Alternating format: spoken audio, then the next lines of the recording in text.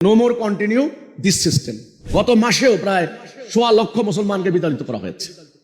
জাতিসংঘ নীরব, ওআইসি নীরব, আমাদের আসিয়ানভুক্ত দেশগুলি নীরব, কেউ কোনো কথা বলে না।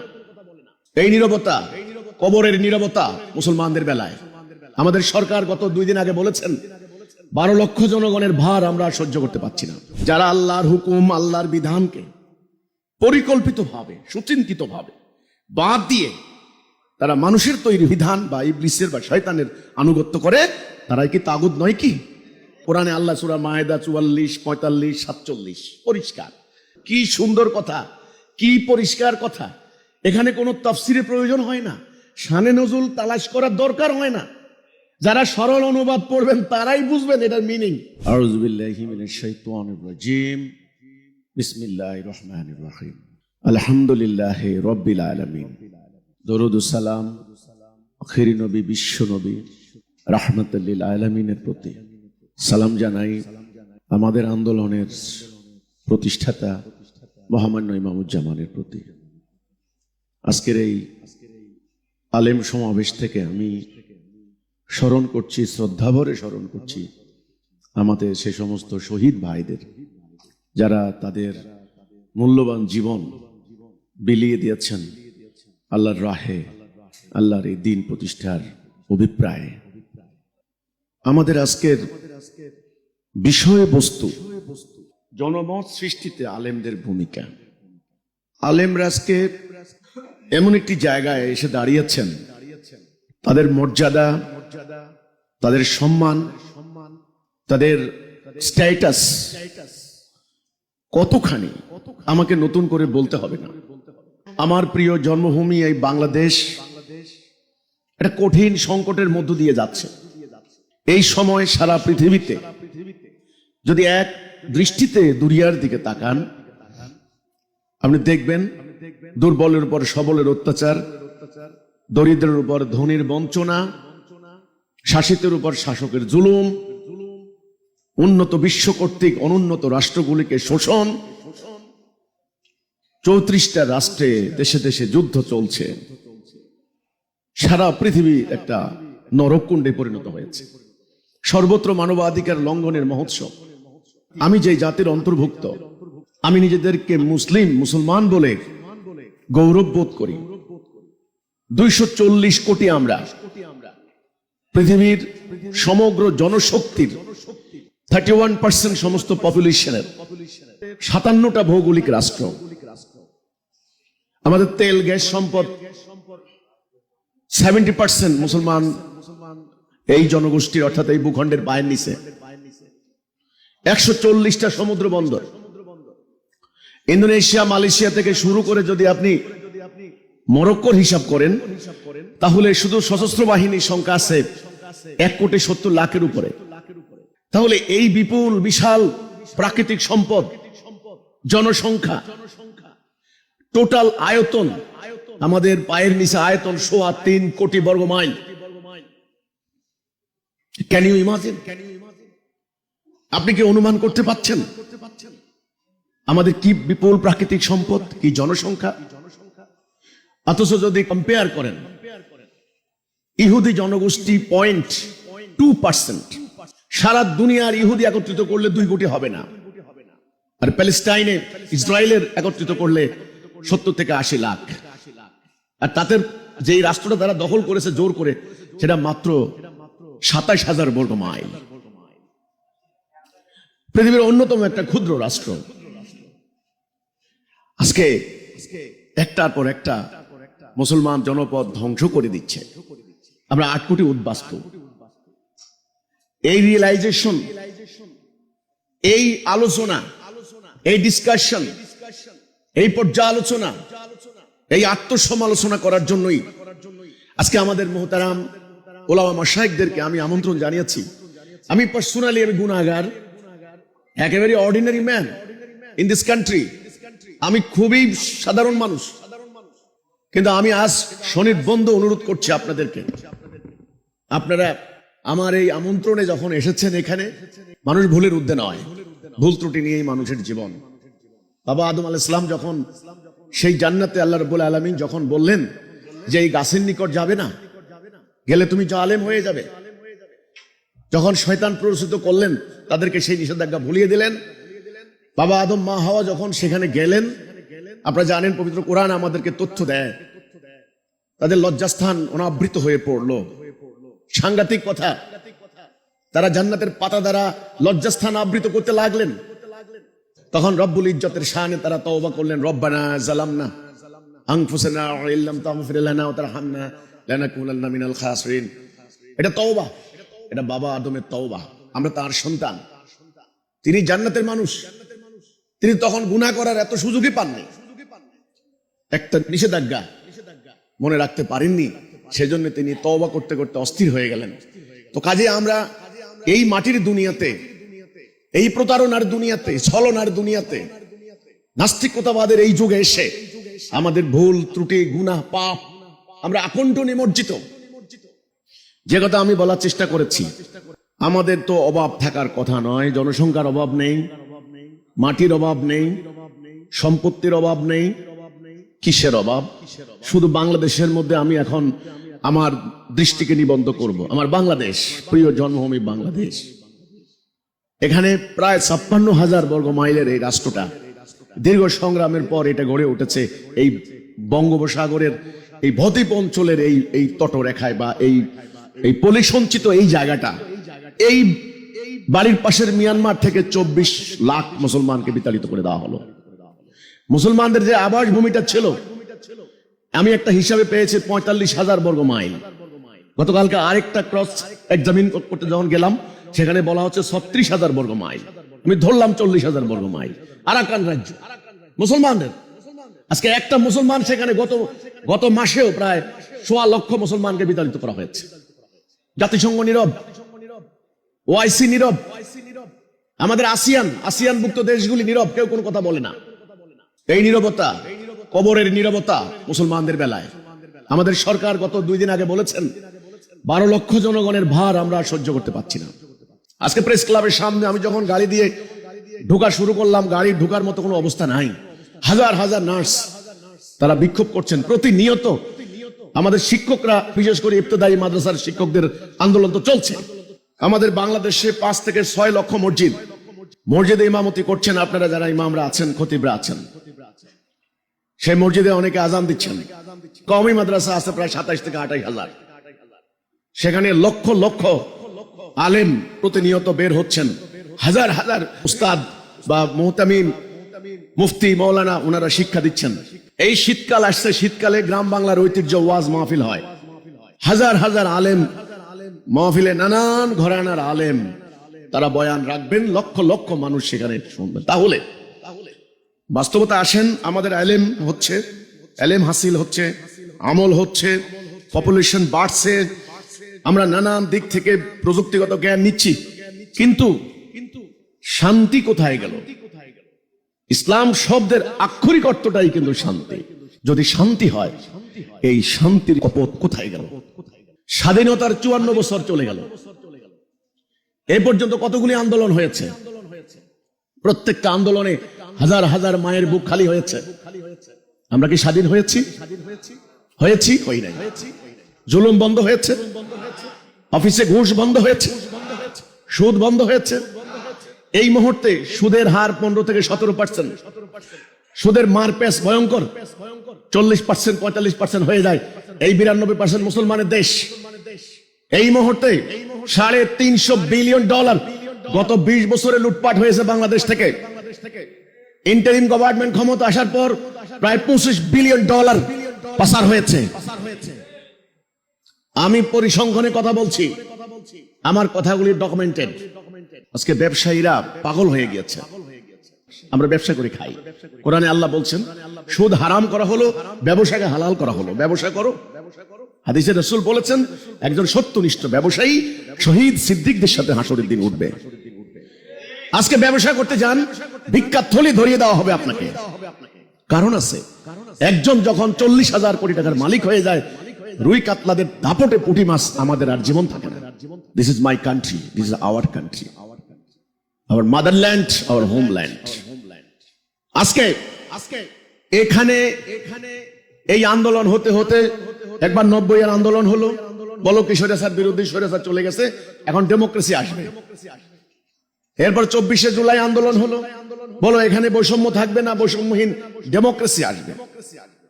ডেমোক্রেসি কি? আমি বলবো ডেমোক্রেসি একটা মূলা আমাদের সামনে ঝুলিয়ে দেওয়া হচ্ছে। এর কিছু তত্ত্ব কথা আছে, যেটা ওই যে বাংলা একটা প্রবাদ বাক্য আছে, কিতাবে আছে গোয়ালে নাই। তত্ত্ব কথাগুলি শুনতে খুব মজার লাগে, খুব টেস্টি কথা। বাচ্চাদেরকে যেমন জিহ্বার মধ্যে কিছু টেস্টি খাবার দিয়ে তার মজা ধরিয়ে দেয়, সেটা হলো মানবাধিকার, ভোটাধিকার, তারপরে ন্যায় বিচার, তারপরে হলো গুড গভর্নেন্স, এই সমস্ত গুলি তারা বলে।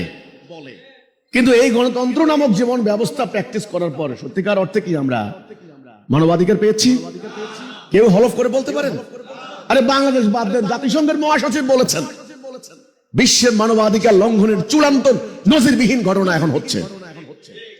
বাংলাদেশ বাদ দেন, আমি বাংলাদেশ পার্সপেক্টিভ কথা বলছি। কথা বলতে হবে এখন আলেমদেরকে।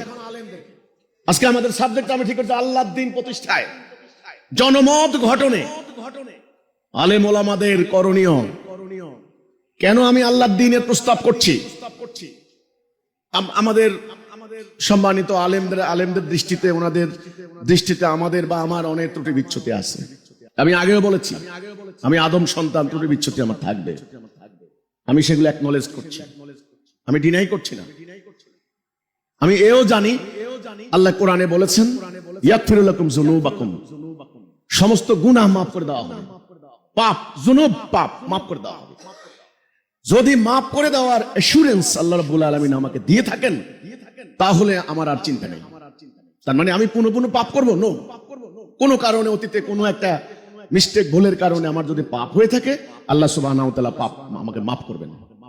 কিন্তু আজকে বাংলাদেশের যে পরিস্থিতি দাঁড়িয়েছে, প্রতি বছর শুধু পরিবহন খাতে চাঁদাবাজি হচ্ছে 3000 কোটি টাকা, শুধু পরিবহন খাতে। গতকালকের পত্রিকা দেখলাম বাংলাদেশের এখন অন্যতম সংকট চাঁদাবাজি।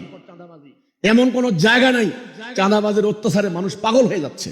ক্ষুদ্র চটপটি ব্যবসায়ী থেকে শুরু করে বাসের মালিক পর্যন্ত চাঁদাবাজির অত্যাচারে শেষ।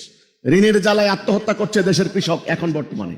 অফিসে প্রতি বছর ঘুষ হয়, লেনদেন হয় 10,000 কোটি টাকা। গত 20 বছরে আমি ট্রান্সপারেন্সি ইন্টারন্যাশনাল সহ অন্যান্য তথ্যগুলি বের করেছি। গত 20 বছরে আমার সোনার বাংলায় ধর্ষণ হয়েছে 1.5 থেকে 2 লাখ, খুন হয়েছে 1,20,000, প্রতি বছর খুন হয় 8 থেকে 10,000। শুধু সড়ক দুর্ঘটনায় মারা যায় প্রতি বছর 10,000। হিসাব করেন স্বাধীনতার পর থেকে কত লক্ষ লোক মারা গেল। মনে হয় যেন বাংলাদেশ একটা যুদ্ধক্ষেত্র, একটা ওয়ার ফিল্ড। চুরি, ডাকাতি, খুন, রাহাজানি, হত্যা, ধর্ষণ, আতঙ্ক, ভয়, সর্বত্র মানুষ আজকে পাগল হয়ে গিয়েছে। এমত অবস্থায় আমার প্রস্তাব, আমাদের প্রস্তাব, এই অশান্তির হেতু কি, রিজন কি, কারণ কি? যে কোনো রোগ হলে পরে ডাক্তারের কাছে রোগী যখন যায়, ডাক্তার তখন চেষ্টা করে রিজনটা জানতে, যে রোগের কারণটা কি, তারপরে হলো ট্রিটমেন্ট। আজকে এই মানব সমাজে এই অশান্তির মেইন রিজন আমরা মনে করি যে মানুষ আল্লাহর খলিফা, আল্লাহর প্রতিনিধি। মানুষকে আল্লাহ সুবহানাহু ওয়া তাআলা মহাপরিকল্পনার অংশ হিসেবে সৃষ্টি করেছেন, একটা মাস্টার প্ল্যানের অংশ হিসেবে। আল্লাহ রাব্বুল আলামিনের একটা উদ্দেশ্য আছে, সেটা হচ্ছে পৃথিবীতে মানুষ আল্লাহর প্রতিনিধিত্ব করবে, আল্লাহর খেলাফত করবে, আল্লাহর হুকুমের আনুগত্য করবে। আল্লাহর হুকুমের আনুগত্য করার জন্য আল্লাহ রাব্বুল আলামিন সত্য দিন হেদায়াত দিয়ে যুগে যুগে যুগে যুগে নবী রাসূল পাঠিয়েছেন। নবী রাসূলদের সংখ্যা 1,24,000 কি হাদিস মোতাবেক 2 লক্ষ, মানে লক্ষ লক্ষ আমরা বলতে পারি, লক্ষাধিক। এই নবী রাসূল আসার ধারাবাহিকতায় আমাদের শেষ নবী, আখেরি নবী, আমরা যার উম্মত হযরত মুহাম্মদ মুস্তাফা সাল্লাল্লাহু আলাইহি ওয়াসাল্লাম, উনাকে আল্লাহ দ্বীন দিলেন, দ্বীনুল হক। যেই দ্বীনুল হকের রূপরেখা হলো পবিত্র কোরআন, কোরআনুল কারীম, কোরআনুল মাজিদ। আমাদের বক্তব্য, মানব জাতির মধ্যে এই অশান্তির মেইন কারণ মানুষ আল্লাহর দেওয়া বিধান, আল্লাহর দেওয়া হুকুম, আল্লাহর দেওয়া আইন প্রত্যাখ্যান করেছে। মানুষ যখন থেকে আল্লাহর দেওয়া হুকুম প্রত্যাখ্যান করেছে, তাদের রাষ্ট্রীয়, জাতীয়, সামাজিক, বিচারিক, অর্থনৈতিক, শাসনতান্ত্রিক, সামরিক সকল ক্ষেত্রে, অর্থাৎ এক কথায় জাতীয় এবং সমষ্টি, কালেকটিভ লাইফ। যখন আল্লাহর দেওয়া বিধানকে তারা প্রত্যাখ্যান করেছে, তারা নিজেদের যখন আইন রচনা তারা হাত দিছে, তখন তারা হয়ে গেছে গয়রুল্লাহ, তাগুত। আমি যত তাফসীর পড়েছি আমার এই ক্ষুদ্র লাইফে, বাংলা ভাষায় যত তাফসীর গ্রন্থ পাওয়া যায়, একেবারে তাফসীর ইবনে কাসির থেকে শুরু করে মওদুদী সাহেবের তাফসীর, আল্লামা শফি সাহেবের, এই যে পাকিস্তানের মওলানা শফি সাহেবের তাফসীর, সাইদি সাহেবের তাফসীর, ইসলামী ফাউন্ডেশনের এখন কর্মকর্তা আমাদের হারিস সাহেব, উনি এখন রিটায়ার্ড, উনি একজন ইসলামী, আমার নিয়মিত ওনাদের ওখানে আমি যাইতাম, যত তাফসীর আছে আমার সামনে উনি আনতেন, এবং যত মৌলানারা আছেন আমাদের এটা নিয়ে আলোচনা হইতো। যারা আল্লাহর হুকুম, আল্লাহর বিধানকে পরিকল্পিতভাবে, সুচিন্তিতভাবে বাদ দিয়ে তারা মানুষের তৈরি বিধান বা ইবলিসের বা শয়তানের আনুগত্য করে, তারাই কি তাগুত নয়? কি কোরআনে আল্লাহ সূরা মায়েদা 44, 45, 47 পরিষ্কার। কি সুন্দর কথা, কি পরিষ্কার কথা। এখানে কোনো তাফসীরের প্রয়োজন হয় না, শানে নজুল তালাশ করার দরকার হয় না।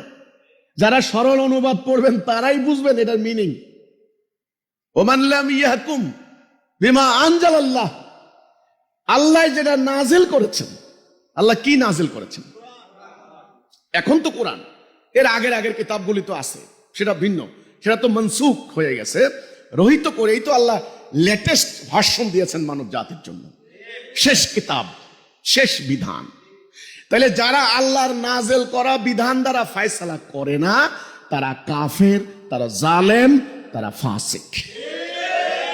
তাহলে বলুন, কোরআনে সেই আয়াতখানা যেখানে আল্লাহ বলেছেন আফাতুমিনুনা বিবাদিল কিতাবে ওয়া তাকফুরুনা বিবাদ, তোমরা কি কিতাবের কিছু মানবে কিছু মানবে না, এই সিদ্ধান্ত নিছো?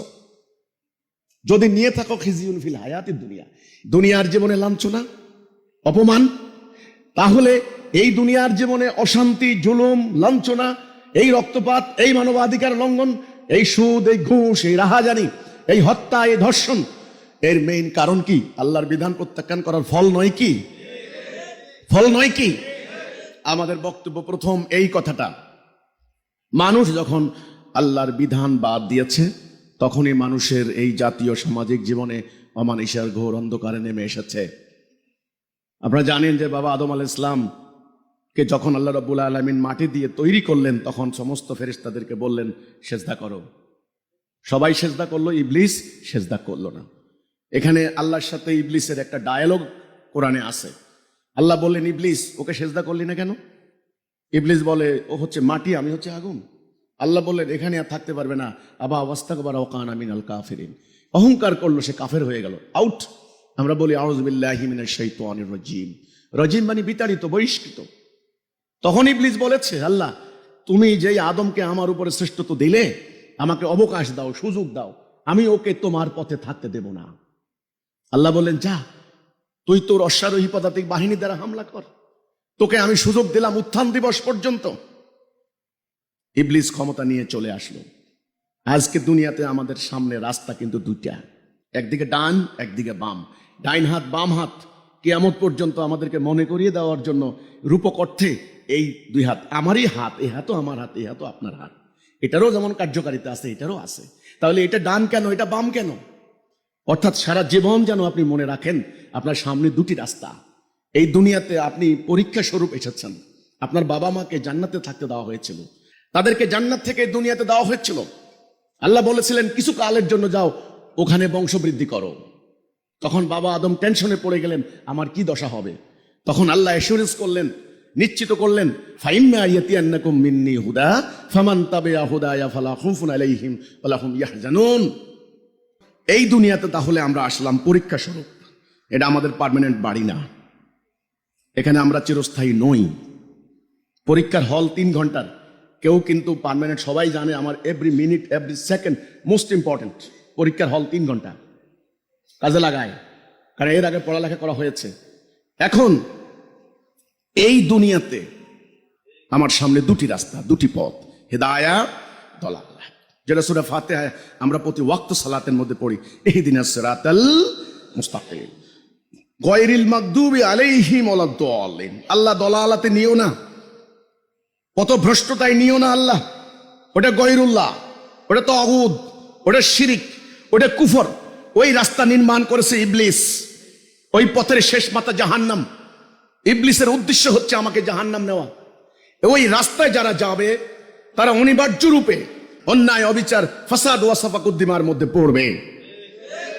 আল্লাহ রাব্বুল আলামিন যুগে যুগে নবী রাসূলদেরকে দিয়ে করুণা করে, দয়া করে, কারণ তিনি রহমান রহিম, তিনি আজিজুল গফুর, তিনি আফওয়ান গফুর, তিনি গফুরুল ওয়াদুদ, বান্দার প্রতি ক্ষমাশীল, করুণাময়।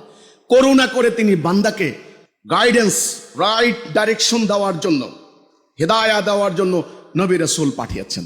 নবীরা এসে জনগণকে এই কথার দিকে বলেছেন, তোমরা এদিকে যাও, ডান দিকে যাও, বাম দিকে যাইও না। আমাদের সামনে এখন রাস্তা দুটা, একটা হলো হেদায়া, একটা হচ্ছে দলালা।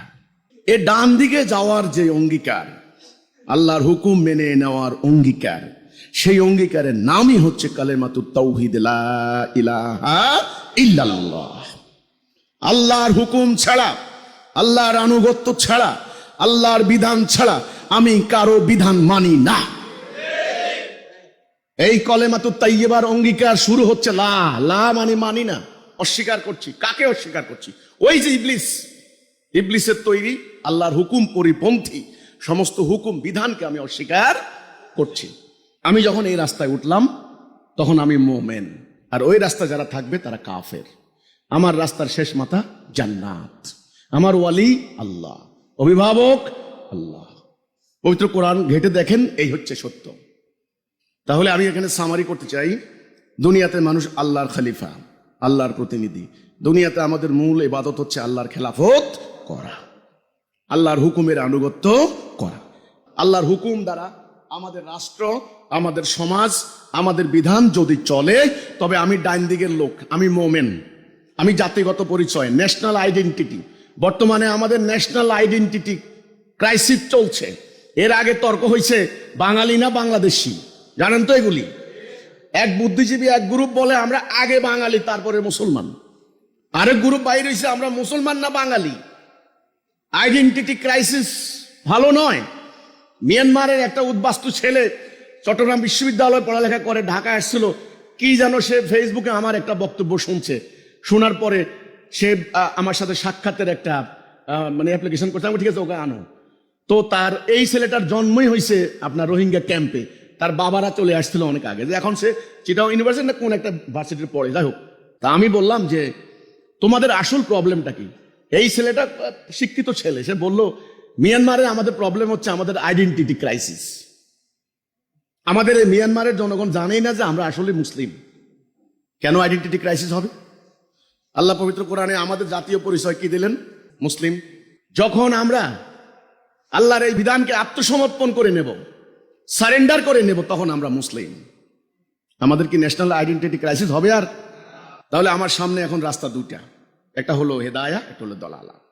আমাদের প্রথম বক্তব্য যেটা আমি বলেছি, যে আজকে এই অশান্তির মেইন কারণ ইতিহাসের কাল পরিক্রমায় আমরা আল্লাহর দেওয়া হুকুম বাদ দিয়ে মানুষের তৈরি করা হুকুম প্র্যাকটিস করছি।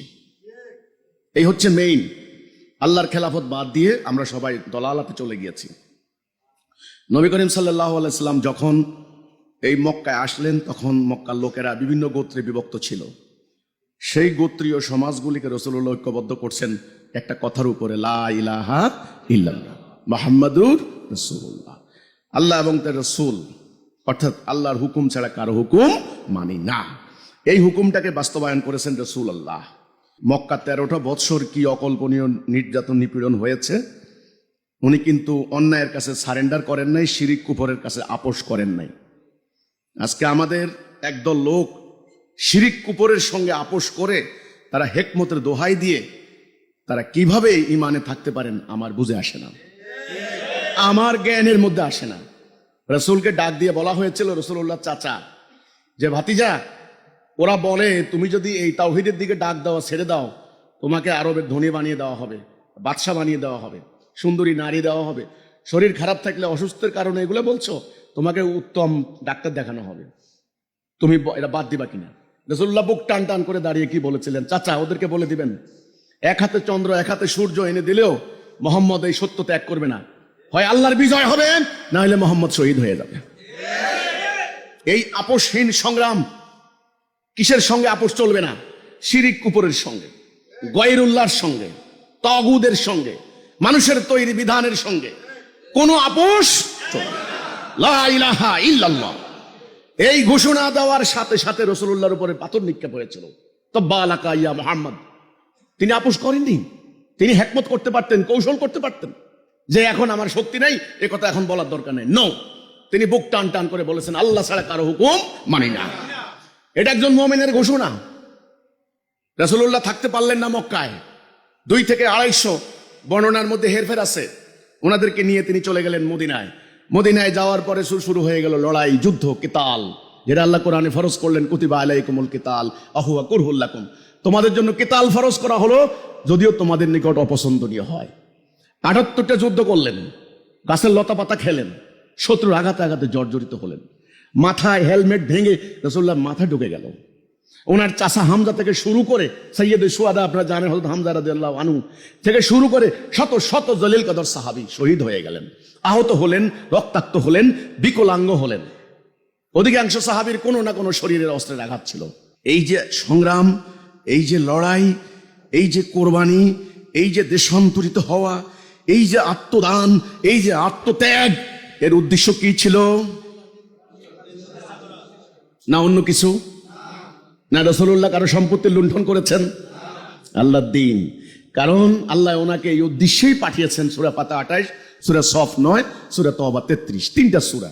হুয়াল্লাযী আরসালা রাসূলাহু বিল হুদা ওয়া দীনিল হক লিইয়ুযহিরাহু আলাদ দীনি কুল্লিহি। হিদায়াহ এবং সত্য দ্বীন, হিদায়াহ লা ইলাহা ইল্লাল্লাহ, এটার উপরে ভিত্তি করা সত্য দ্বীন দিয়ে আমি আমার রাসূল পাঠিয়েছি। অন্য সমস্ত দ্বীনের উপরে এটাকে জাহির করে, এটাকে গালেব করে, এটাকে প্রতিষ্ঠা করে। অর্থাৎ আল্লাহর দাওয়ায় দ্বীন প্রতিষ্ঠা করার জন্যই রাসূলুল্লাহর আগমন, আবির্ভাব হয়েছে। এই সত্য কেউ অস্বীকার করতে পারবেন? যেখানে কোরআনে বলা হয়েছে আন আকিমুদ্দিন, দ্বীন কায়েম করো। আমরা আকিমুস সালাহ, আজান দিলে সালাহ কায়েম করতে দৌড় দেই, কিন্তু দ্বীন কায়েম করো এটা কি আল্লাহর নির্দেশ নয় কি? এটা ফরজ নয় কি? রাসূলুল্লাহ সারা সংগ্রামী জীবনে এই কাজে তিনি ব্যাপৃত লিপ্ত কি ছিলেন না? এই এত বড় সুন্নাহ, এত বড় ফরজ, এত বড় আদেশ কি করে এই জাতি বলতে পারলো? কি করে এই জাতি আল্লাহ দেওয়া দিন বাদ দিয়ে ব্রিটিশের তৈরি দিন তারা মেনে নিল? আমার প্রশ্ন রাখলাম আমি ওলামা মাশায়েখদের সামনে। তখন কি আমাদের ওলামা মাশায়েখরা ছিলেন না? রাসূলুল্লাহ দিন প্রতিষ্ঠা করলেন। মক্কার এই কাফেরদের সাথে রাসূলুল্লাহর অন্য কোনো দ্বন্দ্ব ছিল না। রাসূল যদি বলতেন যে আমি নামাজ পড়বো, নামাজের ব্যবস্থা করে দাও, কুরাইশরা খুব আনন্দের সাথে কাবার সামনে নামাজের ব্যবস্থা করে দিত, কোনো সমস্যা নেই। রাসূল যদি বলতেন আমি রোজা রাখবো, তাহলে রোজার ব্যবস্থা করে দিত।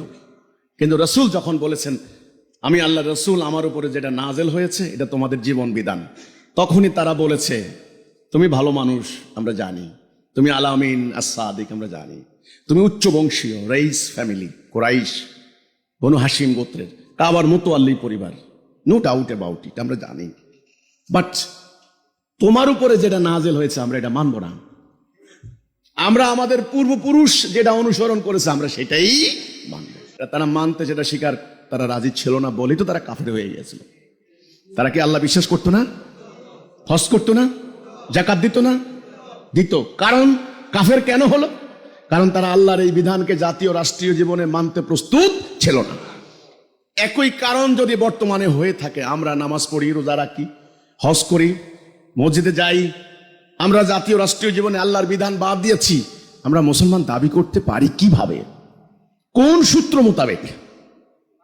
পারি না। এবার আসেন, রাসূলুল্লাহ চলে গেলেন। রাসূলুল্লাহ সাহাবীরা রাসূলুল্লাহ দেখানো পথে বাকি অর্ধ দুনিয়াতে এই দিন প্রতিষ্ঠা করে দিয়ে তারাও একে একে চলে গেলেন। যারা আপনারা বলেন সুম্মাল্লাযীনা ইয়ালুনাহুম সুম্মাল্লাযীনা ইয়ালুনাহুম খায়রুল কুরনি, আগে আমার যুগ শ্রেষ্ঠ যুগ, তারপরে অর্থাৎ আমরা দেখলাম সাহাবীরাও চলে গেলেন, তাবেঈনরা চলে গেলেন, এইভাবে প্রায় 100-150 বছর চলে গেল। একটা পর্যায়ে এসে সর্বনাশা ঘটনা ঘটল, আমরা লক্ষ্য হারিয়ে ফেললাম। যে উদ্দেশ্যে আমাদেরকে তৈরি করা হয়েছে, অর্থাৎ জিহাদ করে আল্লাহর দ্বীন প্রতিষ্ঠা করা, সেটা আমরা বাদ দিলাম।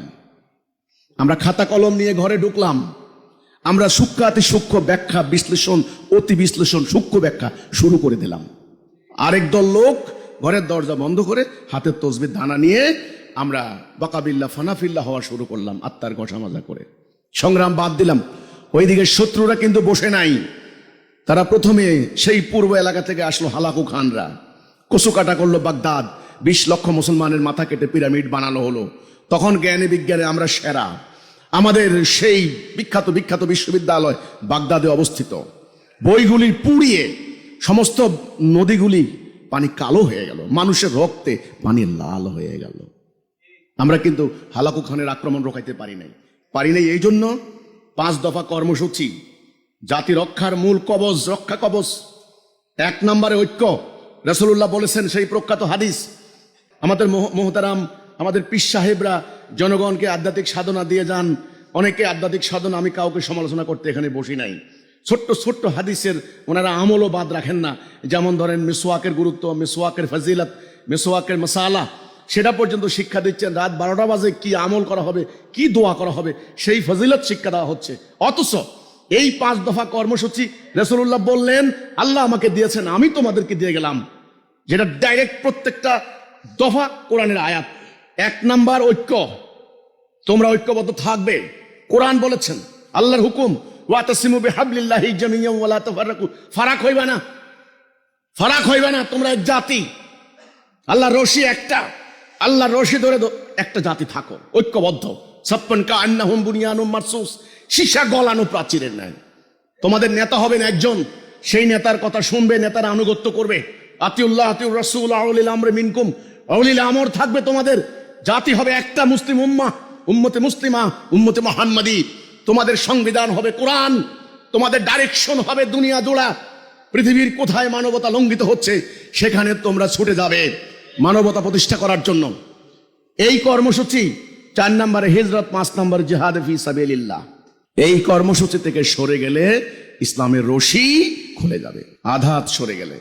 কিভাবে আমাদের পরবর্তী ফকিরা, পরবর্তী পণ্ডিতরা, ওনারা এই কর্মসূচি থেকে কথা ভুলে গেলেন, ঐক্য নষ্ট হয়ে গেল, আমরা দুর্বল হয়ে গেলাম, আমাদের নেতৃত্ব বিভাজন হয়ে গেল, সালতানাত নিয়ে মারামারি শুরু হয়ে গেল, ভোগ বিলাসের রাজত্ব শুরু হয়ে গেল। আমাদের হিজরত নাই, আমাদের জিহাদ নাই। জেহাদের পরিবর্তে জাল হাদিস আবিষ্কার করা হলো, আত্মার বিরুদ্ধে জেহাদ বড় জেহাদ। পবিত্র কোরআন সূরা ফুরকানের 52 নম্বর আয়াত, শত্রুর বিরুদ্ধে, কাফেরের বিরুদ্ধে লড়াই করা হচ্ছে জেহাদে আকবর। ফালা তুতিল কাফিরিনা ওয়াজাহাদুম বিহি জিহাদান কাবীরা। এই সত্য কথাটাকে গোপন করে আত্মার বিরুদ্ধে যুদ্ধকে একমাত্র বড় যুদ্ধ বলে সাব্যস্ত করা হলো। রণাঙ্গনের লড়াই বন্ধ করে দেওয়া হলো। পরিণতি কি হলো? আমাদের সামর্থ্য হারিয়ে গেল, হিম্মত হারিয়ে গেল, আমাদের কৌশল হারিয়ে গেল। আমরা হয়ে গেলাম অথর্ব, আমরা হয়ে গেলাম বিশৃঙ্খল, দুনিয়া লোভী, আমরা হয়ে গেলাম স্বার্থপর, ছোট্টখাটো ব্যাপার নিয়ে ব্যাপৃত থাকা একটা জনগোষ্ঠী। দুনিয়াতে আল্লাহর দ্বীন প্রতিষ্ঠার সেই প্রেরণা, সেই লক্ষ্য, যেই লক্ষ্য রাসূলুল্লাহ দিয়ে গেলেন, সাহাবীরা করে গেলেন খেয়ে না খেয়ে, মদিনা থেকে বের হয়ে, সেই লক্ষ্য হারিয়ে গেল। সময় চলে গেল, আমরা আর মাজা সোজা করে দাঁড়াইতে পারি নাই। ইতিহাসের সেই অমোঘ কাল চলে আসলো, সেটা হলো ইউরোপ থেকে ইউরোপিয়ানরা এবার উড়ে আসলো। প্রথমে আসলো পূর্ব এলাকা থেকে হালাকু খানরা, তারপরে আসলো ইউরোপিয়ানরা, সেই স্প্যানিশ, ডাচ, ব্রিটিশ, ফ্রান্স, ছোট্ট ছোট্ট ইউরোপিয়ান খ্রিস্টান জাতি। আপনার সেই কাসাব্লাঙ্কা থেকে শুরু করে ইন্দোনেশিয়া, এত বড় ইন্দোনেশিয়া দখল করলো ডাচ। এত বড় ভারতবর্ষ পায়ে নিয়ে চলে গেল ব্রিটিশ। নবাব সিরাজউদ্দৌলা, আমাদের মুসলমান নবাব, 57,000 সৈন্য, পলাশির আম্রকাননে কর্নেল ক্লাইভের মাত্র 3,500 কাছে এমন ভাবে পরাজিত হয়েছে, নির্লজ্জ ভাবে। এটা কি আল্লাহর হুকুম ছাড়া হয়েছে? আল্লাহর শাস্তি। আল্লাহ বলেছেন আপনার জাগতিক প্রত্যেকটা ব্যাপারেই জাগতিক ব্যাখ্যা এবং আধ্যাত্মিক ব্যাখ্যা আছে। জাগতিক কারণ ঐক্য নষ্ট করা, জিহাদ ত্যাগ করা, আর আধ্যাত্মিক কারণ আল্লাহর শাস্তি। আল্লাহ কোরআনে বলেছেন, যদি আমার কিছু মানো, কিছু বাদ দাও, খিজিউন ফিল হায়াতিদ দুনিয়া, যদি তোমরা আমার রাস্তায় অভিযান ত্যাগ করো, তাহলে অন্য জাতি তোমাদের উপর চাপিয়ে দেওয়া হবে। আল্লাহর অঙ্গীকার কি মিথ্যা? নো। এবার যখন ব্রিটিশরা আমাদেরকে দখল করলো, আমরা পুরো দস্তুর গোলাম হয়ে গেলাম।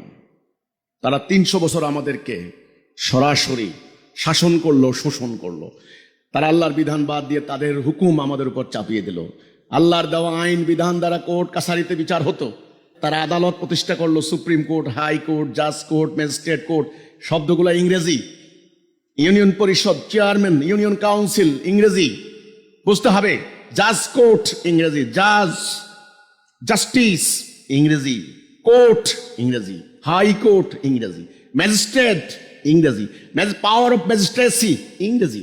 সম্পূর্ণরূপে ইংরেজরা দখল করার পর আমাদের আদালতে তাদের দণ্ডবিধি, আইন কানুন, ব্রিটিশ এবং রোমান ল তারা চাপিয়ে দিল। কোন মুসলমানকে ব্রিটিশের আইন মানতে পারে? তার ইমানের দাবি লা ইলাহা ইল্লাল্লাহ, এলাহ হিসাবে আমি আল্লাহ ছাড়া কাউকে মানি না। কিন্তু এখানে এলাহ হিসাবে হয়ে গেল এখন ব্রিটিশ। এবার ব্যাংক ব্যবস্থা প্রবর্তন করলো, পুঁজিবাদী অর্থনীতি, খালি অর্থ পুঁজি, পুঁজি জমা করো। আমাদের ছেলে মেয়েরা এখন লন্ডন যায়, ফ্রান্স যায়, জার্মানিতে যায়, যাই তারা খুব আপ্লুত হয়ে যায়, তারা খুব মোহিত হয়ে যায় যে কি সুন্দর রাষ্ট্র, তারা কত সভ্য, তাদের রাস্তাঘাট কত উন্নত, সিভিল সোসাইটি কত ভদ্র। এই ভদ্রতার আড়ালে, এই উন্নয়নের আড়ালে, তাদের এই সমৃদ্ধির আড়ালে রয়েছে আমাদের রক্ত। তারা সুদ ভিত্তিক অর্থ ব্যবস্থা প্রবর্তন করলো। আমাদের ব্যাংকে এখন সুদ, হাজার হাজার ব্যাংক, এক একটা ব্যাংক আলিশান প্রাসাদ, ন্যূনতম 16% সুদ। সুদের আয়াত কোন আলেম না জানেন? সুদকে মুসলমান মানতে পারে এই অর্থনীতি? আমাদের রাষ্ট্রীয় অর্থনীতি হয়ে গেল সুদের। আমরা সবাই মিলে সুদে অর্থনীতির আন্ডারে বাস করা শুরু করলাম। এবার রাজনীতিতে আসি। এই যে হানাহানির রাজনীতি, 47 পর্যন্ত ব্রিটিশরা কি আমাদেরকে এই রাজনীতি দিয়ে গেছে? তাদের কোনো লর্ড মিস্টার কর্নওয়ালিস, চিরস্থায়ী বন্দোবস্তের উপকার, উনি কি নির্বাচনে দাঁড়িয়েছিলেন? তখন তারা চিরস্থায়ী বন্দোবস্ত করলো, আমাদের কৃষকের সব জমি নিয়ে জমিদারদের হাতে দিল। এটা নিয়ে আমাদের কৃষক বিদ্রোহ হলো, কত আন্দোলন হলো, কত মানুষ মারা গেল। আমাদের হাজী শরীয়তুল্লাহর কথা আপনারা এখনো জানেন, শহীদ তিতুমীরের কথা এখনো জানেন।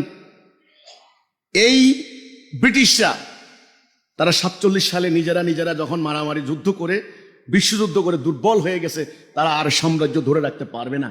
যথেষ্ট রকমে তারা বুঝতে পেরেছে যা শোষণ করার নেওয়া শেষ, আমার শরীরের রক্ত যা নেওয়ার ইঞ্জেকশন দিয়ে শোষণ করে নেওয়া শেষ, এবার যাওয়ার পালা।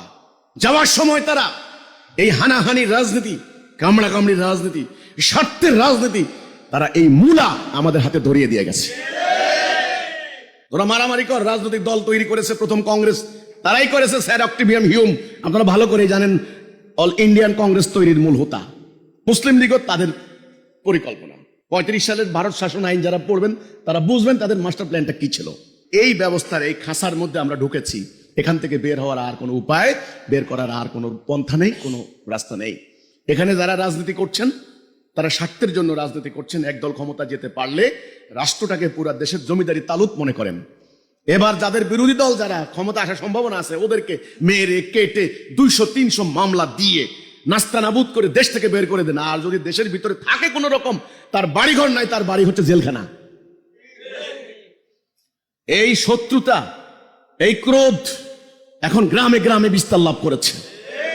আগে দক্ষিণ পাড়া, উত্তর পাড়া, পূর্ব পাড়া, একটা ভাইয়ে ভাইয়ে পাড়ায় পাড়ায় মিল ছিল। মানুষ গ্রামের একটা দোকানে এসে চা খাইতো। এখন সেখানে ছুরি মারামারি, তলোয়ার মারামারি, বোম মারামারি। বিশ্ববিদ্যালয়গুলি হয়ে গেছে এখন চর দখলের জায়গা। একদল যায়, তাকে পিটিয়ে মেরে আউট করে দিয়ে মনে হয় যেন আমাদের নরসিংদী, রায়পুর বিভিন্ন জায়গার চর দখল করে। দেখেন না, এই অরাজকতা চলছে। আর একটা কথা বাদ আছে, ব্রিটিশরা ক্ষমতায় আসার পর তারা চিন্তা করলো এই মুসলমানদের কোরআন থেকে তো সরানো যাবে না। অনেক চেষ্টা করা হয়েছে কোরআনকে প্রশ্নবিদ্ধ করতে। এরা মানুষের তৈরি, নাউজুবিল্লাহ মিন জালিক। এটা প্রাচীন উপকথা, এটা গল্প কাহানি, এটা হলো মিথ।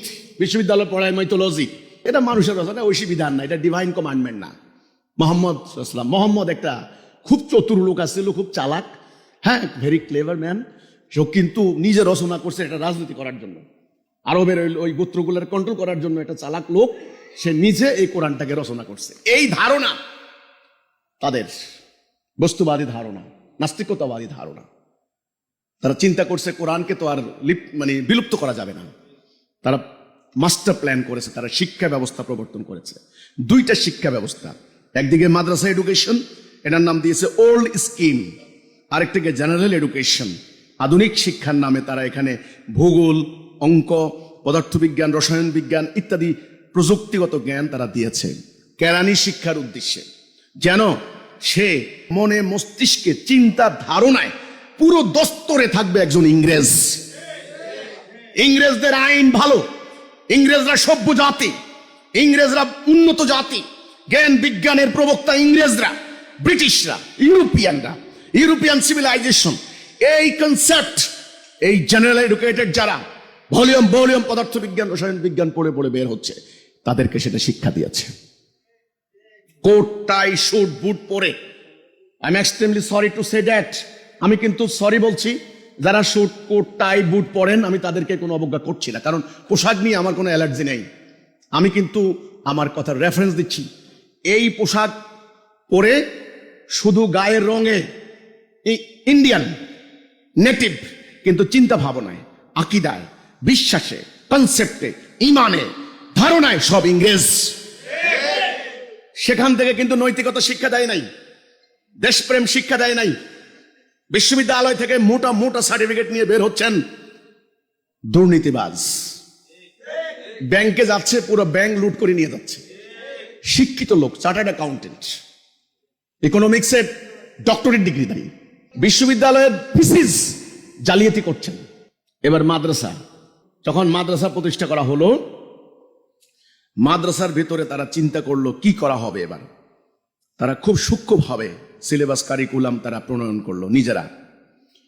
ইসলামের বুনিয়াদি বেসিক ব্যাপারগুলিকে বাদ দেওয়া হলো, যেমন আল্লাহর হুকুম ছাড়া কারো হুকুম মানা যাবে না, আল্লাহর হুকুম বাদে অন্য কারো হুকুম মানলে ঈমান থাকবে না।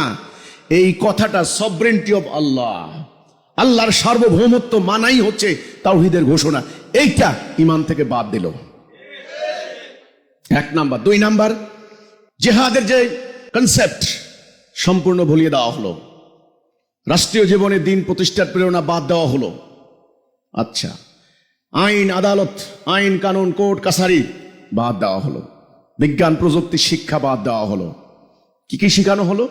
ছোট্ট খাট্ট মাসলা মাসাইল, যেগুলি নবী করিম সাল্লাল্লাহু আলাইহি সাল্লামের আপনার হচ্ছে একেবারে আদত।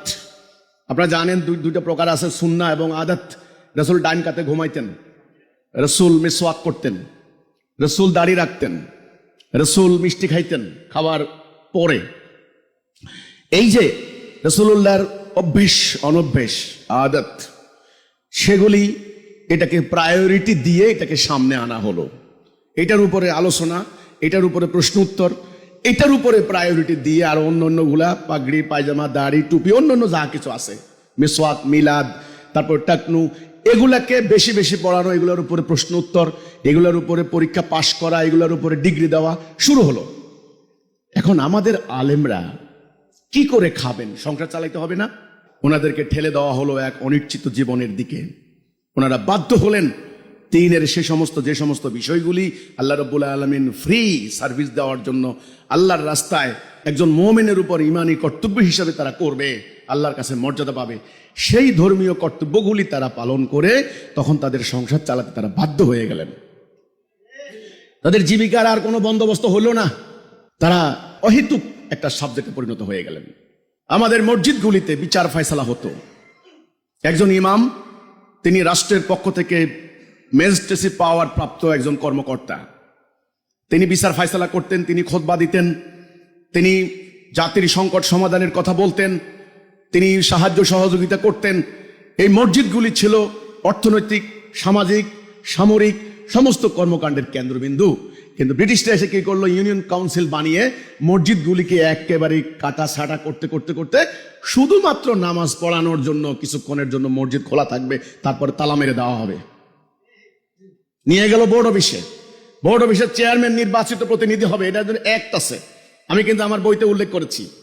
সেখানে চেয়ারম্যান মেম্বাররা কারা হচ্ছে, তাদের নৈতিক চরিত্র কি, তারা কি কোরআনের সংজ্ঞা মোতাবেক তারা তাকওয়া, তাদের তাকওয়া আছে? জীবন গেল মিথ্যা বলবো না, প্রতারণা করব না, দুর্নীতি করব না, স্বজনপ্রীতি করব না, ঘুষ খাবো না, এই যে তাকওয়ার যে গুণাবলী আছে এদের কাছে নেই। থাকবে তো মুমিনের কাছে, ওদের কাছে কোত্থেকে আসবে? ওরা হয়ে গেল জননেতা, আর আমার মোহতারাম ইমাম সাহেবরা হয়ে গেলেন চাঁদা খাওয়া, জনগণের চাঁদায় বাসা একটা পর নির্ভরশীল একটা জাতি।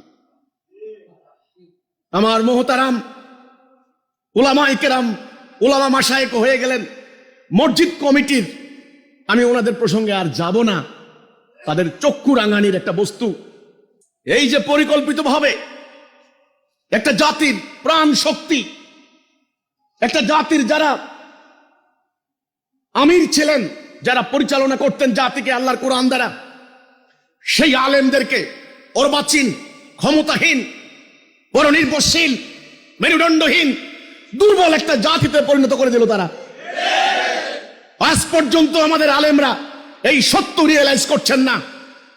ওনারা আজকে কেউ কেউ দাঁড়িয়ে শুধু আমার মুন্ডপাত করার জন্য ফতোয়া দিচ্ছেন। আমি আপনার হাতের কাছে আছি, আমি পালাই নাই, আমার পালানোর কোনো কারণ নাই। আমাকে যে কোনো সময় আপনি মুন্ডপাত করতে পারেন, আল্লাহ চাইলে, নাইলে না। কিন্তু আমার অভিপ্রায়, আমার আকীদা, আমার চাওয়া আমরা আপনাকে বুঝতে হবে। আজ আমি এখানে সারা দেশ থেকে আগত সুনামধন্য বিভিন্ন প্রতিষ্ঠানের আলেমদেরকে, বিভিন্ন মসজিদের খতিব, আমার ডাইন পাশে বাম পাশে যারা বসে আছেন, তারা অনেকে আমার থেকে সিনিয়র, অনেকে প্রাজ্ঞ। মাওলানা রুহুল আমিন সাহেব, উনি একজন মাদ্রাসার অধ্যক্ষ, আলিয়া মাদ্রাসার। মাওলানা আতিকুল্লাহ ভাই, উনি একজন অনেক বড় মাফের মাওলানা আলেম। ওনাদের জ্ঞানের ধারে কাছেও আমি নাই। আমাদের ওই যে আমি বললাম মাওলানা মহিবুল্লাহ ভাই, আমাদের হাদিস সাহেব, আমার আশেপাশে যারা বসে আছেন অত্যন্ত প্রাজ্ঞজন, বিজ্ঞজন, আলেম, আপনারা আসেন। আমি আজ এই কথাটা আপনাদের সামনে লাউডলি অ্যান্ড ক্লিয়ারলি বলতে চাই। যথেষ্ট মার খেয়েছি, আর না। এখন আমাদেরকে বুঝতে হবে কোথায় আমরা পথ হারিয়েছি। ওই ব্রিটিশদের সম্পূর্ণ ষড়যন্ত্র বাস্তবায়ন তারা করেছে। আজ পর্যন্ত ওদের ষড়যন্ত্র থেকে কি আমরা বাঁচতে পেরেছি? আমাদের রাজনীতির নাঠাই ওদের হাতে নয় কি? আমাদের যারা এখানে রাজনীতি করে তারা হলো ঘড়ির মতো উড়ে, ওদের সুতা ওদের হাতে বন্দী। আজ পর্যন্ত আমাদের রাজনীতি নিয়ন্ত্রণ করে বিভিন্ন দূতাবাসগুলি। তাদের চোখ রাঙানির বাহিরে আমাদের নেতারা যেতে পারেন না। আমাদের জাতির বাজেট চলে IMF এর টাকায়। 1.25 লক্ষ কোটি টাকা সুদের টাকা দিতে হচ্ছে। গত 2 দিন আগের পত্রিকার রিপোর্ট, 21 ট্রিলিয়ন টাকা, মানে 21 লক্ষ কোটি টাকা বাংলাদেশ এখন ঋণী। আপনি জানেন বাংলাদেশের টোটাল ইকোনমি কত? বাংলাদেশ টোটাল ইকোনমি হলো 61 লক্ষ কোটি টাকা। 21 লক্ষ কোটি টাকা ঋণ, 3 ভাগের 1 ভাগ। আর অল্প কিছু ঋণ করলে আপনার দেশ বিক্রি হয়ে গেছে মনে করেন। আজকে যে বাচ্চাটা জন্ম নিচ্ছে 1 লক্ষ টাকা মাথায় ঋণের বোঝা নিয়ে জন্ম নিচ্ছে। সময় হয়েছে চলমান, বিদ্যমান, এক্সিস্টিং এই রাজনৈতিক ব্যবস্থা, এই অর্থনৈতিক ব্যবস্থা, এই বিচারিক ব্যবস্থা, এই শিক্ষা ব্যবস্থা, এই আমলাতন্ত্র, এই civil military elite, bureaucratic elite system, সামরিক ব্যবস্থা সম্পূর্ণরূপে বাদ দিয়ে আল্লাহর দেওয়া জীবন ব্যবস্থা প্রতিষ্ঠা করতে হবে। কেন? তার 2টি কারণ। 1 নাম্বার, আমি মুসলিম। আমি যখন লা ইলাহা ইল্লাল্লাহ, আল্লাহ ছাড়া কারো হুকুম মানি না, এই অঙ্গীকার করেছি, তখন আমার কোরআনের বিধান মানা বাধ্যতামূলক, ফরজ। এটা আমার ধর্মীয় বাধ্যবাধকতা, এটা আমার ইমানি বাইন্ডিংস, এটা আমার ইমানি অব্লিগেশন। আমাকে মানতেই হবে। যেহেতু আমি নামাজ পড়ি, তাহলে আমার আদালতে বিচার হবে আল্লাহর আইনে। যেহেতু আমি হজ করতে যাই, তার মানে আমার দেশের মধ্যে কোনো সুদ চলবে না, সুদ ব্যতীত লস এন্ড প্রফিটের ভিত্তিতে বিজনেস হবে। যেহেতু আমি রোজা রাখি, তার অর্থ হচ্ছে আমার রাষ্ট্র চলবে খেলাফতের বিধি নিয়ম মোতাবেক। বর্তমান ব্যবস্থাকে বাদ দিতে হবে, কারণ এটা ঔপনিবেশিক যুগের ব্রিটিশ খ্রিস্টানদের চালু করা একটা ব্যবস্থা, মানুষের তৈরি ব্যবস্থা, ম্যানমেড সিস্টেম। ইউরোপিয়ানরা বসে এটা তৈরি করেছে। যেহেতু আমি মুমিন, আমি মুসলিম, আমি আল্লাহর প্রতি ঈমান রাখি, কাজে ঈমানের বাধ্যবাধকতা হেতু আমাকে আল্লাহর দেওয়া বিধান মানতেই হবে। আর আল্লাহর প্রতি ঈমান না আনলে সেটা ভিন্ন কথা, আমি আপনাকে সে কথা বলছি না। নাম্বার 2, এই বিদ্যমান ব্যবস্থা যথেষ্ট আমরা দেখেছি, আর দেখার দরকার আছে? এক্সপেরিমেন্ট কি হয় নাই? এক্সপেরিয়েন্স কি হয় নাই? আর কত বিপ্লব করবেন, আর কত মারা যাবেন, আর কত ঋণগ্রস্ত হবেন, আর কত লাঞ্ছিত হবেন, আর কত ভূখণ্ড হারাবেন। 57 টুকরা হয়েছেন ইতিমধ্যেই। একটা জাতি ছিল, আর কত দুর্বল হবেন, কত নতজানু হবেন। সৌদি আরব আমার দেশের লক্ষ লক্ষ হাজি লক্ষ লক্ষ টাকা খরচ করে ওখানে খরচ করে আসেন। গত 2 দিন আগে সৌদি প্রিন্স, প্রায় বাদশাহ বলা হয় তাকে, প্রিন্স বলে লাভ নাই, সালমান সাহেব গেলেন $650 বিলিয়ন চুক্তি করার জন্য। কিন্তু মিস্টার ট্রাম্প অত্যন্ত চতুর চালাক, মনোরঞ্জন করিয়ে মোটামুটি লাইন করিয়ে $1000 বিলিয়ন চুক্তি স্বাক্ষর করিয়ে এসেছে। 300 জঙ্গি বিমান কিনবে, 35B-35। কাকে মারার জন্য? ইসরায়েলের বিরুদ্ধে যুদ্ধ করার জন্য? কাকে মারার জন্য? মুসলমানকে মারার জন্য। আর কত ছোট্টখাট্ট বিষয়ের থেকে নিবন্ধ সরাই। একটা বিশাল হিমালয় পাহাড়ের পাদদেশে যদি যাই আপনি একটা পাথরের উপরে, ছোট্ট একটা নুনি পাথরের উপরে আতসী গাছ রাখেন, আপনার কাছে পাথরটা হয়ে যাবে পাহাড়, আর এত বড় পাহাড় আপনি দৃষ্টিসীমার বাহিরে চলে যাবে। আমাদের ওলামা মাশায়েখদের অবস্থা সেটা হয়েছে না? সবাই না, সবাইকে এক জেনারেলাইজ করা যাবে না, সবাইকে এক কাতারে ফালানো যাবে না। সবাই হইলে এখানে দিগ্গজনরা তো কি ওনারাও তো ইনক্লুডেড। এই যে ক্ষুদ্রাতি ক্ষুদ্র অবস্থা থেকে বের হতে হবে, দৃষ্টি প্রসারিত করতে হবে, হিম্মত বড় করতে হবে, সিদ্ধান্ত নেওয়ার সক্ষমতা রাখতে হবে। এই গণতন্ত্রের নামে এই ধাপ্পাবাজের রাজনীতি, টোটাল 2200 দিন হরতাল হয়েছে। 2200 দিন টোটাল হিসাব করেন, 6 বছর হয় হরতাল, অবরোধ, ভাঙচুর। ইদানিং নতুন নতুন ইংরেজি শব্দ বলে, লকডাউন, শাটডাউন। তোমাদের বাপের তালুক মিয়া বাংলাদেশ, কথা নাই বার্তা নাই, ইংল্যান্ডে বসে, জার্মানিতে বসে, ইন্ডিয়ায় বসে, তার মধ্যে হলো আপনার হলো নিউ ইয়র্কে, কানাডায় বসে শাটডাউন। আর আমার দেশের মানুষ ভয়ে আতঙ্কে পথ চলতে পারে না। বাসের ভেতরে বেচারা, বাসের স্টাফ ঘুমাচ্ছে, মালিক তো আর বাসে ঘুমায় না। গরিবের পোলা জ্বলে পড়ে অঙ্গার হয়ে গিয়েছে। বাসে পেট্রোল মারা, গরুর গাড়িতে পেট্রোল মেরে দেওয়া, মুরগির গাড়ি জ্বালিয়ে দেওয়া, হরতাল অবরোধের নামে, গণতন্ত্রের নামে ওরা এগুলি জায়েজ করেছে। আর তুমি মুসলমান, তুমি একটা উচ্চ বাক্যে কথা বললে বলে জঙ্গি, তুমি জেহাদের কথা বললে, আল্লাহর দ্বীন প্রতিষ্ঠার জন্য কিতালের কথা বললে বলে জঙ্গি, টেররিস্ট, ফ্যানাটিক, মৌলবাদী, ফান্ডামেন্টালিস্ট। ওর গায়ে সিল মারে দেয়, পিঠে একটা সিল মারে, কপালে একটা সিল মারে, হাতে বেড়ি, পায়ে বেড়ি, র্যাব একটা এই হাত ধরে, একটা এই হাত ধরে, বুকের মধ্যে নেম প্লেট ঝুলাই দেয়, জেলাই দিয়ে এবার 3 জনে ধীরে ধীরে বেচারা হাঁটতে পারে না, হাতে বেড়ি, পায়ে বেড়ি। কারণ তুমি জিহাদের কথা বলেছ, এই জন্য তোমার গায়ে, বুকে, পিঠে জঙ্গি, টেররিস্ট, ফ্যানাটিক। ওলামায়ে কেরাম, আমি বিপ্লবের মূল মন্ত্র নিয়ে এসেছি। আমি আপনাদের রিজেকে হাত দিতে আসি নাই, আপনাদেরকে সম্মানিত করতে এসেছি। আপনাদের হারিয়ে যাওয়া গৌরব, গ্লোরিয়াস হিস্ট্রি, সম্মানের জায়গায় আবার নিয়ে যাওয়ার জন্য আমি দাঁড়িয়েছি। আমার আল্লাহ রাব্বুল আলামিনের ইচ্ছার বাহিরে হয় নাই, নাইলে আমার হৃদয় থেকে এই কথা উচ্চারিত হওয়ার কথা ছিল না। আমি আজ আপনাদের কাছে করজোড়ে অনুরোধ করব, প্রার্থনা করব, আমার ত্রুটি বিচ্ছুতি, আমল আখলাক নিয়ে কথা না বলে আমার বক্তব্যের গভীরে প্রবেশ করার চেষ্টা করুন, আমার অভিপ্রায় বুঝার চেষ্টা করুন। এই চলমান বিদ্যমান এই ব্যবস্থা, রাজনৈতিক ব্যবস্থা, এখান থেকে বের হতেই হবে। এখন বলা হয় গণভোট হবে। গতকাল আমি জনসভায় বলেছি, আমার পত্রিকা এসেছে এখানে, আগামীর গণভোট হবে, জুলাই সনদ সংবিধানে অন্তর্ভুক্ত হবে কিনা এই কথার উপরে। আমি বলেছি, জুলাই সনদের মধ্যে কি লেখা আছে সাধারণ মানুষ কি জানে? মানুষ কিছু বলতে পারবে? হ্যাঁ ভোট না ভোট কেমনে দিবে মানুষ? এখনো নিশ্চিত না হ্যাঁ জয় হবে না না জয় হবে, জনগণ তো জানেই না। ওই যে আমেরিকা থেকে উঠে এসে আপনারা এখানে সংস্কার প্রস্তাব করলেন, ওদের দেখা দেখি উচ্চকক্ষ, নিম্নকক্ষ, উচ্চকক্ষের মধ্যে 100 আসন থাকবে, পিআর পদ্ধতিতে প্রতিনিধি নির্বাচিত হবে, এক ব্যক্তি 2 মেয়াদের বেশি হবে না, একই ব্যক্তি দলের প্রধান এবং এর প্রধান থাকবে না। এই যে কথাগুলা, এগুলো আমরা পত্রিকার মাধ্যমে জেনেছি। আচ্ছা ভালো কথা, এইগুলার উপরে গণভোট হইলে কি শান্তি আসবে? রাজনৈতিক দুর্বৃত্তায়ন বন্ধ হবে?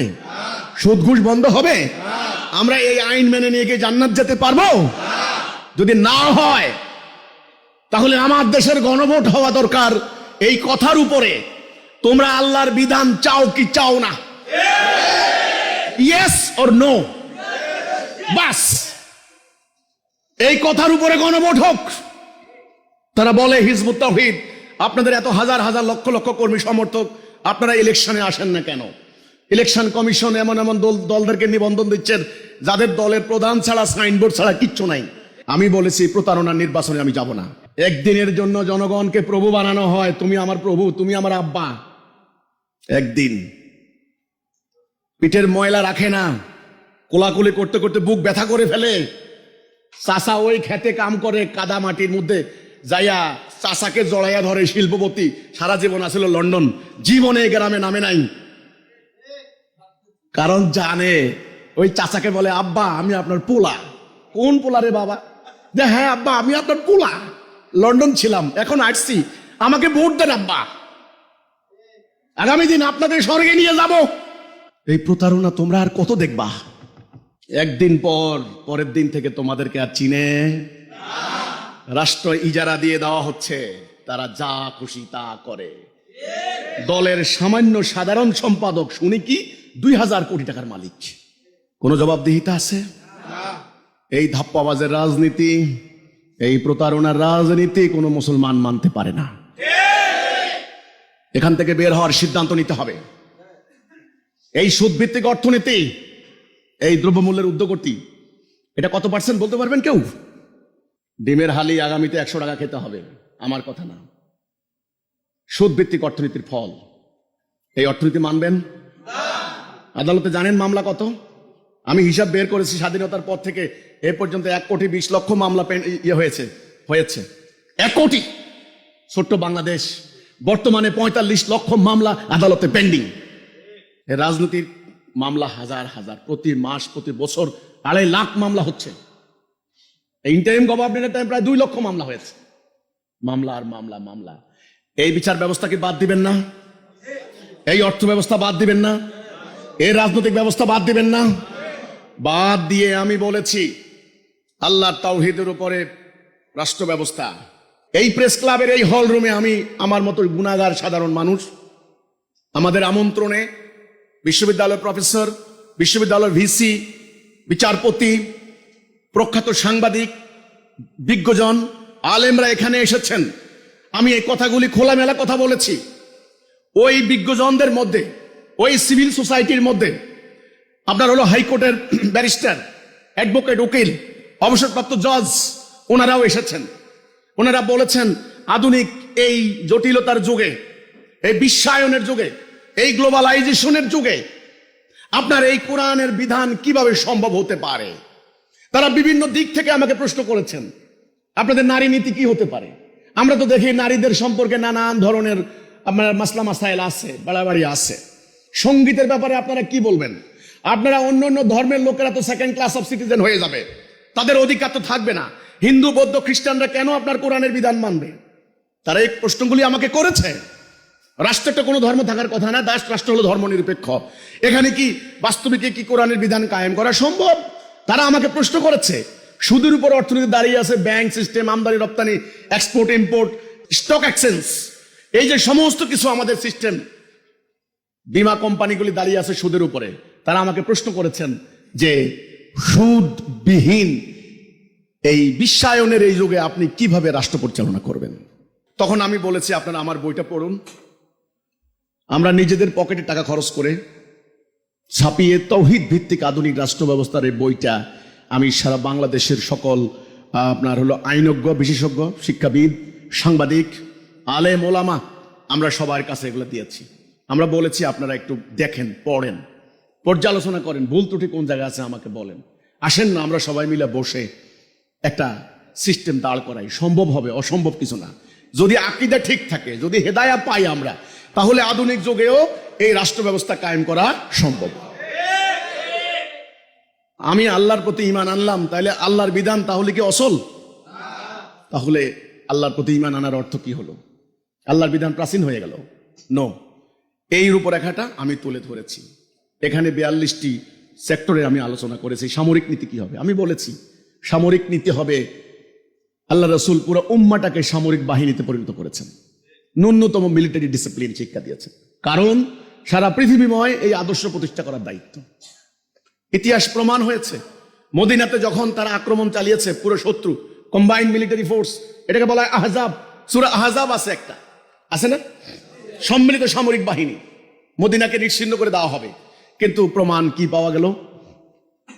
রাসূলুল্লাহ পুরো জাতিকে যখন ন্যূনতম সামরিক শিক্ষা দিলেন, তারা জান প্রাণ দিয়ে মদিনাকে রক্ষা করলেন, অর্থাৎ ইসলামকে রক্ষা করলেন। তখন আমরা বলেছি আজকে বাংলাদেশ ভূরাজনৈতিক কারণে, এটাকে বলা হয় জিও পলিটিক্যাল স্ট্র্যাটেজি বলা হয়, কৌশলগত কারণে বাংলাদেশ এখন বিশ্ব রাজনীতির একটা ভর কেন্দ্র। এখানে ভারতের আধিপত্যবাদ কায়েম করতে চায়, চীন তাদের আধিপত্য কায়েম করতে চায়। আমাদের বন্দর খুব গুরুত্বপূর্ণ, এখানে আমেরিকার স্বার্থ আছে, তারা এখানে থাকতে পারলে চীনের উপরে মাতব্বরি চলবে তাদের। তাহলে বিশ্ব রাজনীতির ভর কেন্দ্র এখন বাংলাদেশ। এই বাংলাদেশের উপরে নিয়ন্ত্রণ করতে চায় সবাই। এটাকে মোকাবেলা করবেন কিভাবে? জাতীয় স্বার্থে ঐক্যবদ্ধ হবে কেন? যদি জাতীয় স্বার্থ বুঝে, তাহলে ট্রিলিয়ন ট্রিলিয়ন ডলার এটা বিদেশে পাচার করে কেমনে? গত 20 বছরে $350 বিলিয়ন পাচার হয়েছে। শুধু ইন্টারিম গভর্নমেন্টের আমলে $22 বিলিয়ন পাচার হয়েছে। আপনি সচিবালয়ে যান, আমার কথা যদি ভুল না হয়, অধিকাংশ পাবেন। বিশ্ববিদ্যালয়ে যান, বড় বড় ডাক্তার, ইঞ্জিনিয়ার, জিজ্ঞাসা করেন আপনার সন্তান কোথায়, দেখবেন খুব গৌরবের সঙ্গে বলবে ওরা অস্ট্রেলিয়া সেটেলড, কানাডায় সেটেলড, ইংল্যান্ডে সেটেলড, আমেরিকা সেটেলড। আপনার ভাবি শুদ্ধা দিয়ে আসছি। আরে ভাই বলেন না, এদেশে কোনো ভবিষ্যৎ নাই। আমাদের ভবিষ্যৎ তো ধ্বংস করে দেওয়া হয়েছে। আমরা কোথায় যাব? এক চিলতে মাটি, 1 বিঘা জমি, 1 জোড়া হালের বলদ, একটা লাঙল। তোমরা আমার এই সোনার বাংলাটাকে নরককুণ্ডে পরিণত করে দিয়ে তোমরা সেটেল হইবা অস্ট্রেলিয়া?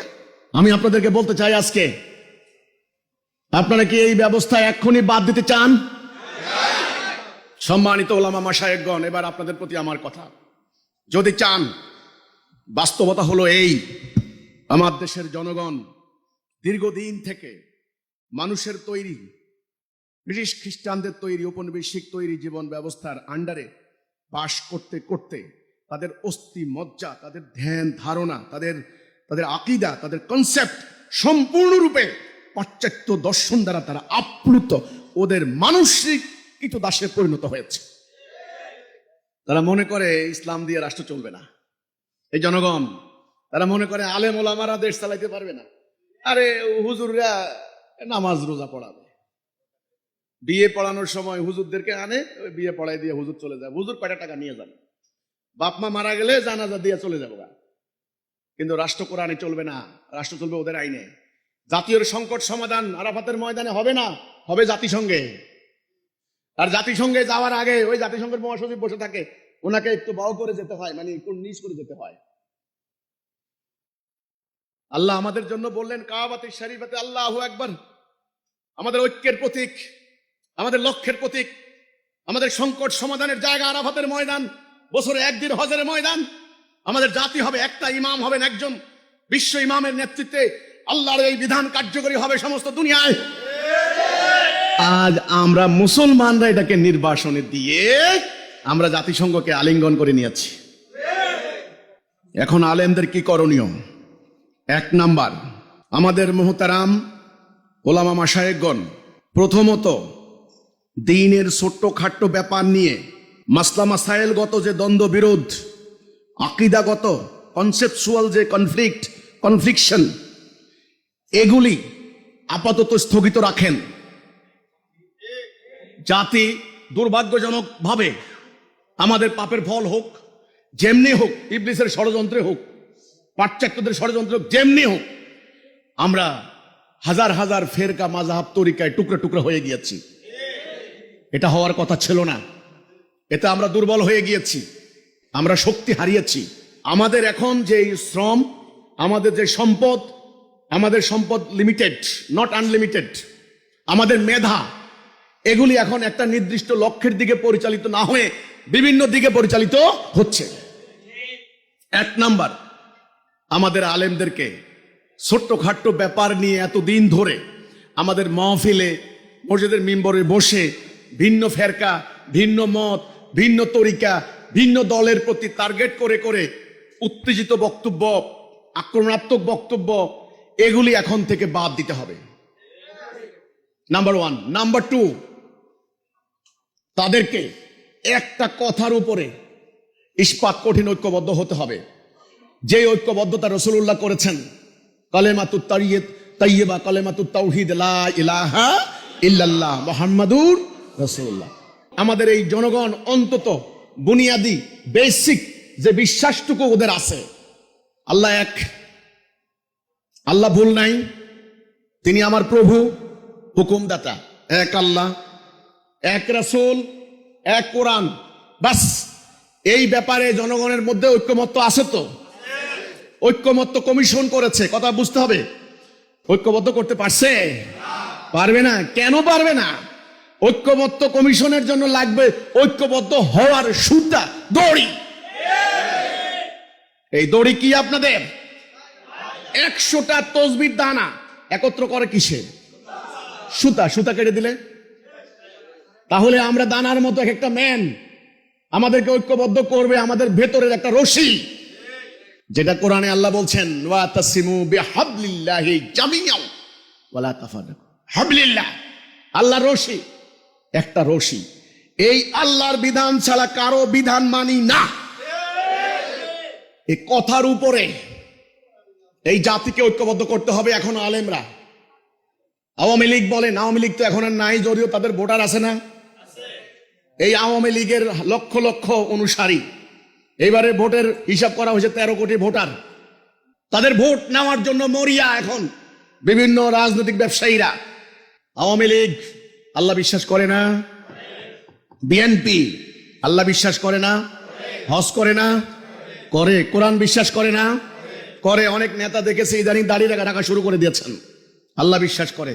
আচ্ছা, জাতীয় পার্টি, এনসিপি আর অন্যান্য ধর্মীয় দলগুলি বাদ দিলাম, ওনারা তো কম্পিটিশন করা শুরু করে দিয়েছেন কে কতখানি আল্লাহরে বিশ্বাস করে, ওটা হিসাব বাদ দিলাম।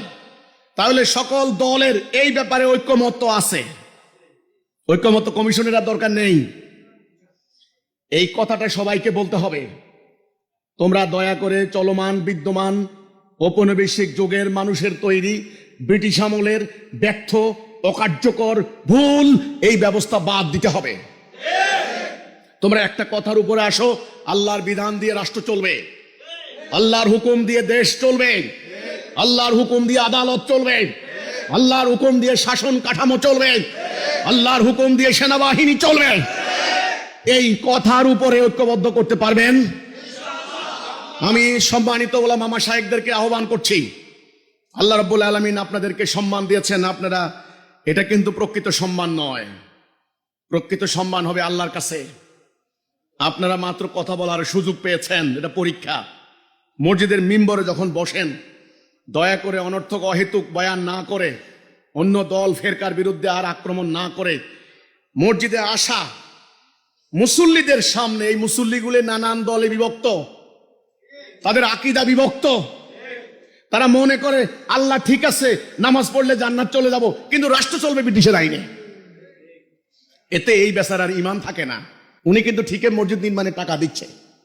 এখন এই ইমাম সাহেবকে বুঝাতে হবে, এখানে অনেক ইমাম সাহেব আছেন, বুঝাবেন যে ভাই, এটাই হলো তাওহীদের মূল বাণী, এটাই হলো তাওহীদের অর্থ, এটাই হলো ঈমান, দিন এবং দিন প্রতিষ্ঠা। রাসূলুল্লাহ এই জন্যই এসেছেন। আসেন, আপনার জন্য নামাজ যেমন ফরজ, আপনার জন্য রাষ্ট্রে আল্লাহর বিধান কায়েম করা ফরজ, আপনার জন্য হজ যেমন ফরজ, আল্লাহর আইনে বিচার করা ফরজ। আসেন আমরা সবাই তাওহীদে ঐক্যবদ্ধ হই। এই কথা মাত্র 10 মিনিট বয়ান রেখে নামাজ শেষ করেন, আবার তাকে এটা বুঝান। এবার যিনি ওয়াইজ আছেন, সুললিত কণ্ঠে ওয়াজ করেন, মাশাআল্লাহ। অনেকে এখন ইংরেজিতে বয়ান করেন, ভালো তো। বিভিন্ন ঘরানার আলেম আছেন, আপনারা হলো কওমি মাদ্রাসার আলেম, আপনার আলিয়ার আলেম, দেওবন্দের, তারপরে তো হলো মদিনা থেকে, আল আজহার থেকে, নানান জায়গা থেকে আপনারা উলামায়ে কেরাম প্রতিনিয়ত ওয়াজ করে যাচ্ছেন। এই শীতকালে লক্ষ লক্ষ ধর্মপ্রাণ মানুষ আপনাদের ওয়াজ শুনতে আসে। দয়া করে এই ফেরকা ওর বিরুদ্ধে, এরে কাফের বলো, ওরে মুরতাদ বলো, এগুলা বাদ দিয়ে নানান দিকে আর গুলি করেন না ভাই। নানান দিকে তীর ছুড়ে আমার সমস্ত তীর নিঃশেষ হয়ে গিয়েছে। আর শ্রম, ঘাম, মেধা এদিকে আর নষ্ট করেন না। যার যার ব্যক্তিগত ত্রুটি বিচ্যুতি অথবা বৈপরীত্য, আকীদাগত কনসেপচুয়াল কনফ্লিকশন যেগুলি আছে, এগুলো ব্যক্তি জীবনে থাকতে দিন। একটা কথা বলেন ভাই, তোমরা সবাই মিলে আসো, যেই রাষ্ট্রে আল্লাহর আইন চলে না, জাতিগতভাবে কালেকটিভলি কার্যত কাফের মুশরিক হয়ে যাচ্ছে। তো কাজে এই জন্যে আপনাদেরকে এই ওয়াজ মাহফিলের মধ্যে দয়া করে এই ফেরকার বিরুদ্ধে, ওই দলের বিরুদ্ধে, এই সংগঠনের বিরুদ্ধে আপনি একটা হাদিস বের করে, আয়াত বের করে কাফের, মুরতাদ, মুশরিক, মালাউন, তাকে বাড়ি ছাড়া করতে হবে, তার জিহ্বা কাটতে হবে, তার বাড়িঘর, এই জিনিসগুলি বাদ দেন। বাদ দিয়ে মাহফিলের মধ্যে আমাদের বক্তারা, ওয়াইজরা আপনারা সুললিত কণ্ঠে কোরআনের রেফারেন্স দিয়ে, হাদিস দিয়ে আপনারা চলমান এই ব্যবস্থার অসারতা তুলে ধরেন। আপনারা তাওহীদের উপরে জনগণকে ঐক্যবদ্ধ করেন। ইন্টারিম যখন আসলো তখন হিসাব করা হলো 200 মাজারে হামলা হয়েছে। মাজারে হামলা হয়েছে, যারা হামলা করেছেন তাদের বয়ানটা দেখেন, তাদের ব্যাখ্যা হচ্ছে এখানে শিরিক হয়, বেদাত হয়, এখানে গাঁজা হয়, এগুলা তো, এই তো কথাটা। আচ্ছা ওকে, এগুলা হচ্ছে। এখন কথা হচ্ছে শিরিক বেদাতের কথা বলে যে মাজারে হামলাটা করলেন, এই যে লুটপাট হলো, হয়তো আপনারা করেননি, তারাও করেছে, লুটপাট হলো, এই যে এত কিছু হলো, এটা বিশ্বময় কি আমাদের ব্যাপারে ভালো বার্তা গেছে? গুড মেসেজ গেছে? কি মেসেজ গেল? আমরা একটা অসহিষ্ণু জাতি, আমরা একটা অসভ্য জাতি, আমাদের কোনো টলারেন্সই নাই, আমরা এক গোষ্ঠী আরেক গোষ্ঠীকে সহ্য করতে পারি না। কাজে আমাদের আন্ডারে হিন্দু বৌদ্ধ খ্রিস্টান কেমনে থাকবে? আমরা উগ্র জাতি, আমরা ধর্মান্ধ জাতি, আমরা অযৌক্তিক জাতি, আমরা বিজ্ঞান বিরোধী, আমরা নারী প্রগতি বিরোধী। এই মেসেজ সারা দুনিয়াতে আপনারা ছড়াই দিলেন। ইসলাম প্রতিষ্ঠার পথ কঠিন হয়ে গেল না? আর আমি দুনিয়ার মানুষকে বলছি, হে দুনিয়ার মানুষ, তোমাদের সমাজতন্ত্র ব্যর্থ হয়েছে, কার্ল মার্কস লেনিনের সমাজতন্ত্র ব্যর্থ হয়েছে, মাও সেতুংয়ের সমাজতন্ত্র ব্যর্থ হয়েছে, আল্লাহর ইসলাম নাও।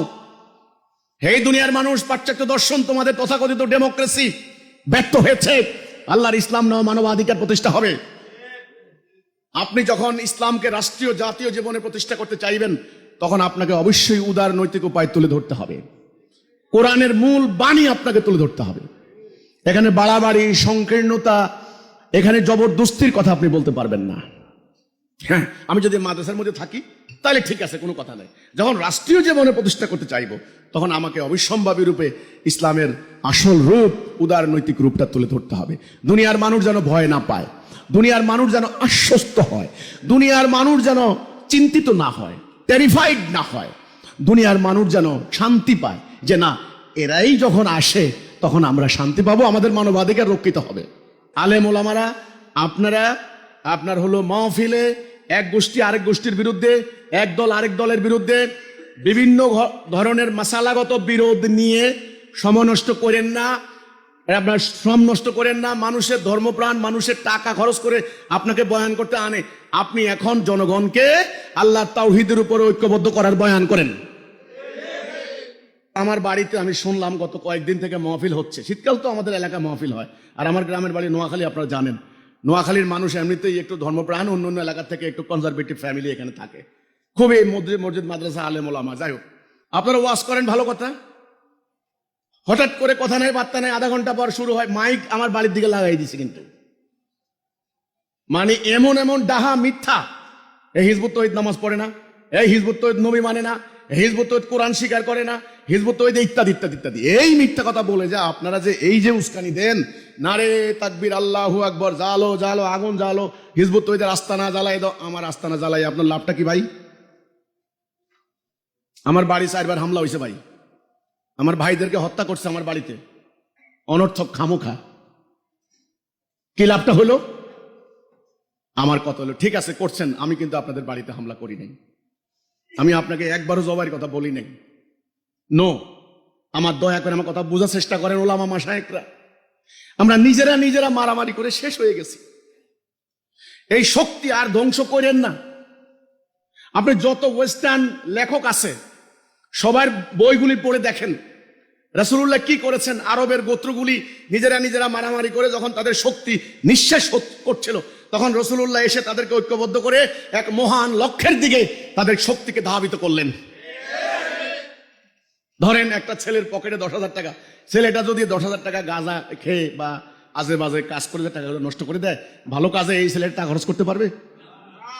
এই জনগোষ্ঠী 18 কোটি জনগণ, এদের ধারের কাছে আপনারা আছেন। এখানে যারা মাদ্রাসার মুহতামিম আছেন, প্রিন্সিপাল আছেন, মুহাদ্দিস আছেন, মুফতি মহোদয় আছেন, আপনার স্টুডেন্ট, আপনি তাদের উস্তাদ, আপনার স্টুডেন্ট হাজারে হাজারে বের হচ্ছে। দয়া করে এই স্টুডেন্টদেরকে তাওহীদের বুনিয়াদ শিক্ষা দিন। স্টুডেন্টদেরকে এই শিক্ষা দিবেন, বেটা ঈমান এনেছো, কারো কাছে মাথা নত করবে না। আমরাই ওয়াজ করি, রাসূলুল্লাহ ইহুদির কূপের পানি তুলে খেয়েছেন। আমরাই ওয়াজ করি, হযরত আবু বকর বুড়াকালে কাপড়ের গাঁটটি নিয়ে ব্যবসা করতে গেছেন, খলিফাতুল মুসলিমিন। আমরাই ওয়াজ করি, নবীরা কোনোদিন কেউ বকরি চড়িয়েছেন, কেউ এই কাজ করেছেন, কোনোদিন কারো দান ভিক্ষার উপরে নির্ভরশীল হন নাই।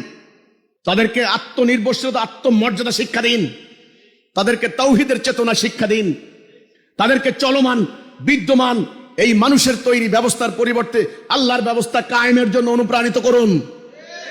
তাদেরকে 5 দফা শিক্ষা দিন, তাদেরকে জিহাদের তামান্নায় অনুপ্রাণিত করুন। কোন জিহাদ? সন্ত্রাস নয়, মানবাধিকার প্রতিষ্ঠার লড়াই, যেটা রাসূল করেছেন।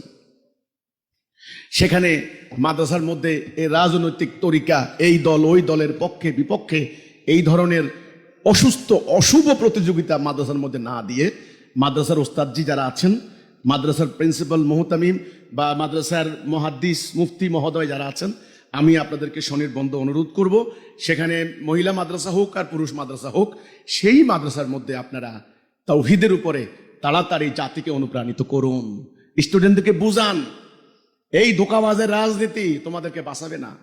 কিন্তু দুঃখজনক কথা হচ্ছে এই, আমার কাছে বার্তা আছে, মেসেজ আছে, বিভিন্ন মাদ্রাসায় নাকি কিছু কিছু ওস্তাদ আমাদের বিরুদ্ধে স্টুডেন্টদের মগজের মধ্যে একটা নেগেটিভ ধারণা দিয়ে রাখেন যে এই দেখো না ফেসবুকে দেখো সেলিম, আরে এই লোক ভণ্ড, দেখো এই ভণ্ডের কথা শুনবি না কোনোদিনও।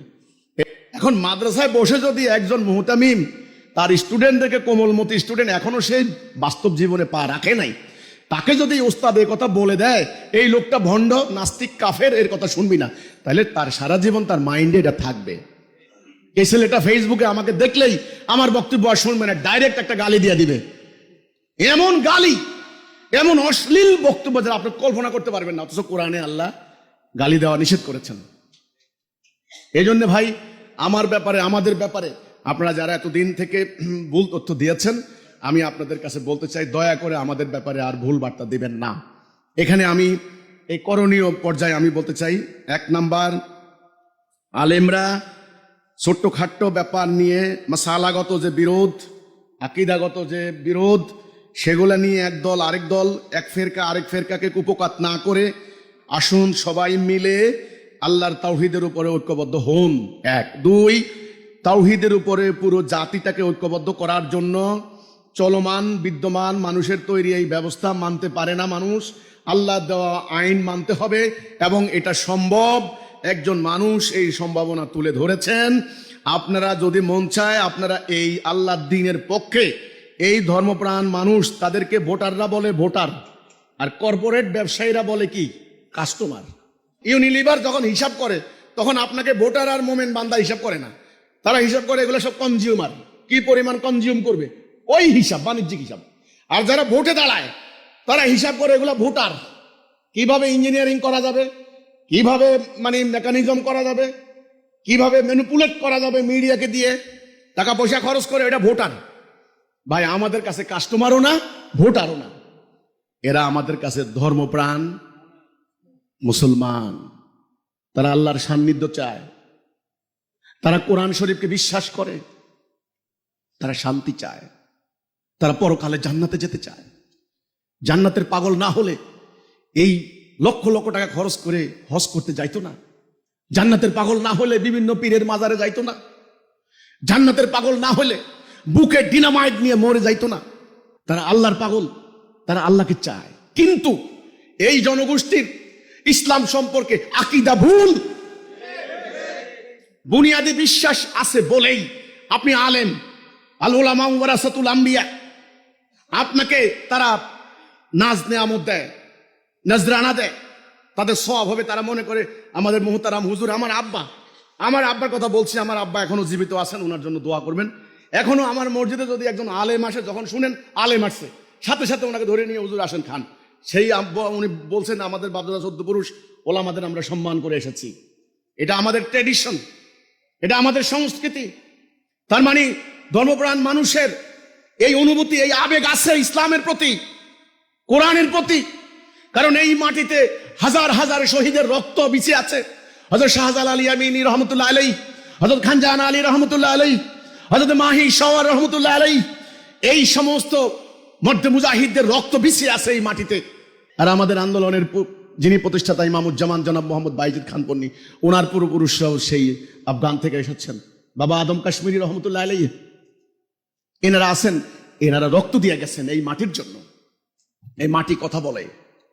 কাজেই এই ধর্মপ্রাণ মুসল্লি, ধর্মপ্রাণ মানুষগুলি, আমরা এদেরকে ভোটার বলবো না, আমরা এদেরকে কাস্টমার বলবো না। এরা আল্লাহর সান্নিধ্য চায়। এরা তো বিভিন্ন ফেরকায় বিভক্ত হয়ে গিয়েছে, এরা তো বিভিন্ন রাজনৈতিক তরিকায় বিভক্ত হয়ে গিয়েছে। এদেরকে এখন একত্রিত করে একটা জায়গায় এনে মহাশক্তিতে রূপান্তরিত করার দায়িত্ব আমি আলেম ওলামাদেরকে দিতে চাই। আপনারা কি এ দায়িত্ব পালন করতে পারবেন মোহতারাম? আমি গুনাহগার সাধারণ মানুষ, আমাদের আন্দোলন হিজবুত তাওহীদ 30 বছর থেকে কেউ বলতে পারবে না কোনো অন্যায় করেছি, কোনো আইন ভঙ্গ করেছি। এই কর্মসূচি আল্লাহ আমাদেরকে দান করেছেন, হাদিসের মধ্যে আছে। আমরা বলেছি আল্লাহ দেওয়া ব্যবস্থা প্রতিষ্ঠা করতে হবে। আজকের এই মতবিনিময় সবার উদ্দেশ্যই হচ্ছে আমাদের ওলামা মাশায়েখ, আমাদের যারা আছেন তাদেরকে এই কথাটা বলা, এই আহ্বান করা যে আপনারা এখন জাতিকে অনুপ্রাণিত করুন বর্তমান ব্যবস্থা থেকে বেরিয়ে এসে আল্লাহ দেওয়া ব্যবস্থা গ্রহণ করার জন্য। একটা নির্দিষ্ট লক্ষ্যে দৃষ্টি নিবদ্ধ করুন, একটা নির্দিষ্ট দিকে, সেটা হলো আল্লাহর দ্বীন আগে প্রতিষ্ঠা হোক, তারপরে কার মাজারে ফায়সা কাজ হয় পরে দেখা যাবে। তখন যিনি ফায়সা কাজ দূর করবেন তিনি থাকবেন ম্যাজিস্ট্রেসি পাওয়ার সম্বলিত। আদালত থেকে নোটিশ যাবে, এই আল্লাহর আইনে, রাষ্ট্রীয় আইনে তোমার এটা কিন্তু বেআইনি, তোমরা এটা এতদিনের ভিতরে বন্ধ করো। আর সে যদি বন্ধ না করে তখন আইনগত, এখন আদালত থেকে নোটিশ জারি হলে কি আদালতে না যেতে পারে কেউ? তাহলে ওয়ারেন্ট জারি হয়ে যায়, ওয়ারেন্ট হয়ে গেলে পুলিশ ধরে নিয়ে আসে। রাষ্ট্রীয় অথরিটি, রাষ্ট্রীয় ক্ষমতা। মোহতারাম ওলামায়ে কেরাম, আপনারা, আমি আবারও ক্ষমা চাচ্ছি, আমি আপনাদেরকে ছোট করতে চাই না। আপনারা একজন মুফতি, ইফতা পড়ে আপনারা মুফতি হয়েছেন, মানে ইসলামের ফিকহ শাস্ত্র আপনারা জানেন।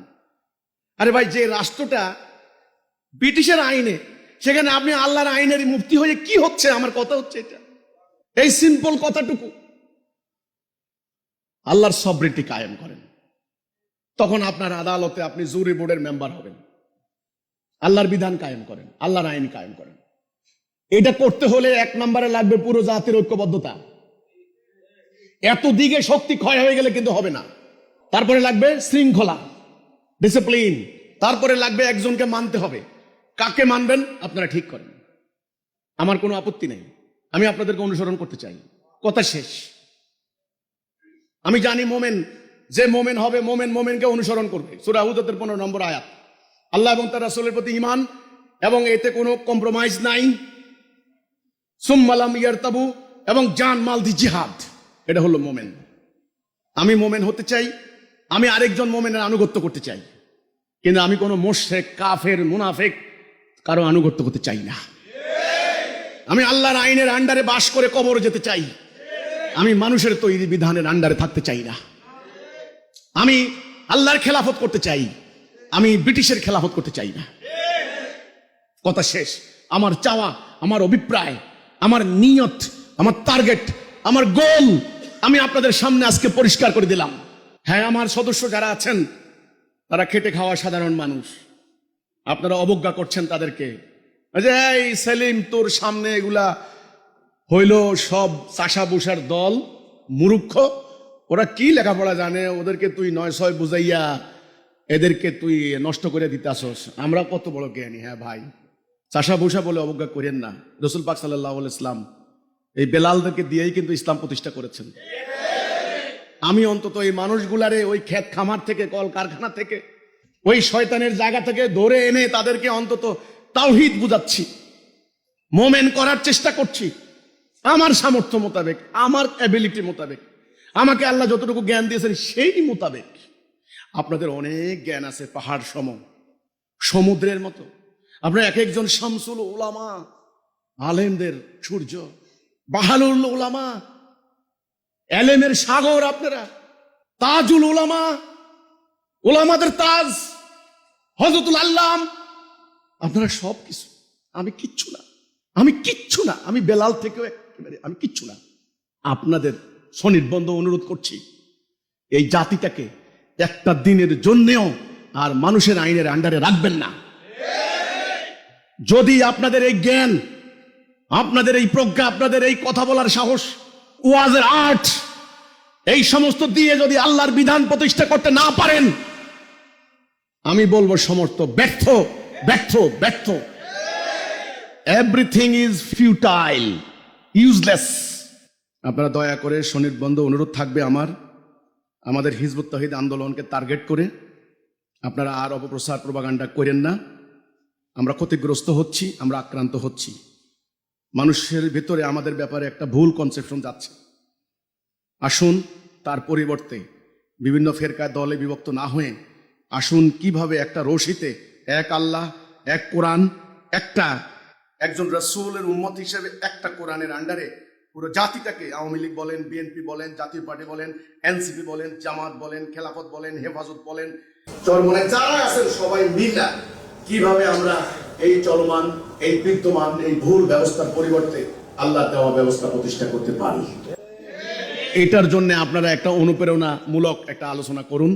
আপনারা মাঠে ময়দানে কাজ করুন। মসজিদের মেম্বরে যারা আছেন, মাদ্রাসার মুহতামিম যারা আছেন, তারা যার যার জায়গায় আপনারা এই কাজগুলি করেন, বয়ান করেন, আলোচনা করেন, যুক্তি উত্থাপন করেন, কোরআনের রেফারেন্স দেন, হাদিস দেন। টার্গেট হবে একটা, এই জনগোষ্ঠীকে, টোটাল জনগোষ্ঠীকে এই কথা বোঝানো যে no more continue this system, এই সিস্টেম আর কন্টিনিউ না, এখান থেকে আমরা বেরিয়ে আসতে হবে। তাওহীদ কি, তাওহীদের তাৎপর্য কি, তাওহীদের উদ্দেশ্য কি, তাওহীদের লক্ষ্য কি ইত্যাদি নিয়ে আপনারা আলোচনা করেন। আপনাদের সময়, শ্রম, মেধা আপনারা নষ্ট করবেন না। এই তাওহীদ রাষ্ট্র ব্যবস্থার রূপরেখাটা, এটা আমরা তুলে ধরেছি, এটা আমি সরকারের বিভিন্ন দপ্তরে জমা দিয়েছি। আপনারা এটা নিয়ে আলোচনা করুন, অ্যানালাইসিস করুন, স্টাডি করুন, গবেষণা করুন। এই হচ্ছে আমার কথাটা। যদি ভুল হয়, অসঙ্গতি কিছু হয়, আমাকে মেনশন করুন, আমরা সবাই মিলে বসে আবার ঠিক করে নেব। কিন্তু এটা আমার প্রস্তাব যে এখন আমরা তাওহীদের উপরে, আল্লাহর কোরআনের উপরে ভিত্তি করা জীবন ব্যবস্থা ছাড়া আমাদের জাতির কোনো মুক্তির আর কোনো সম্ভাবনা নেই। এটা আমার বক্তব্য, আমার বক্তব্য দেওয়ার অধিকার আছে, এটা আমার মানবাধিকার। আমি আপনাদের সামনে উপস্থাপন করলাম। আমার ভুল ত্রুটি আপনারা ক্ষমা সুন্দর দৃষ্টিতে দেখবেন। আল্লাহ হাফেজ, সালামু আলাইকুম ওয়া রাহমাতুল্লাহি ওয়া বারাকাতুহু।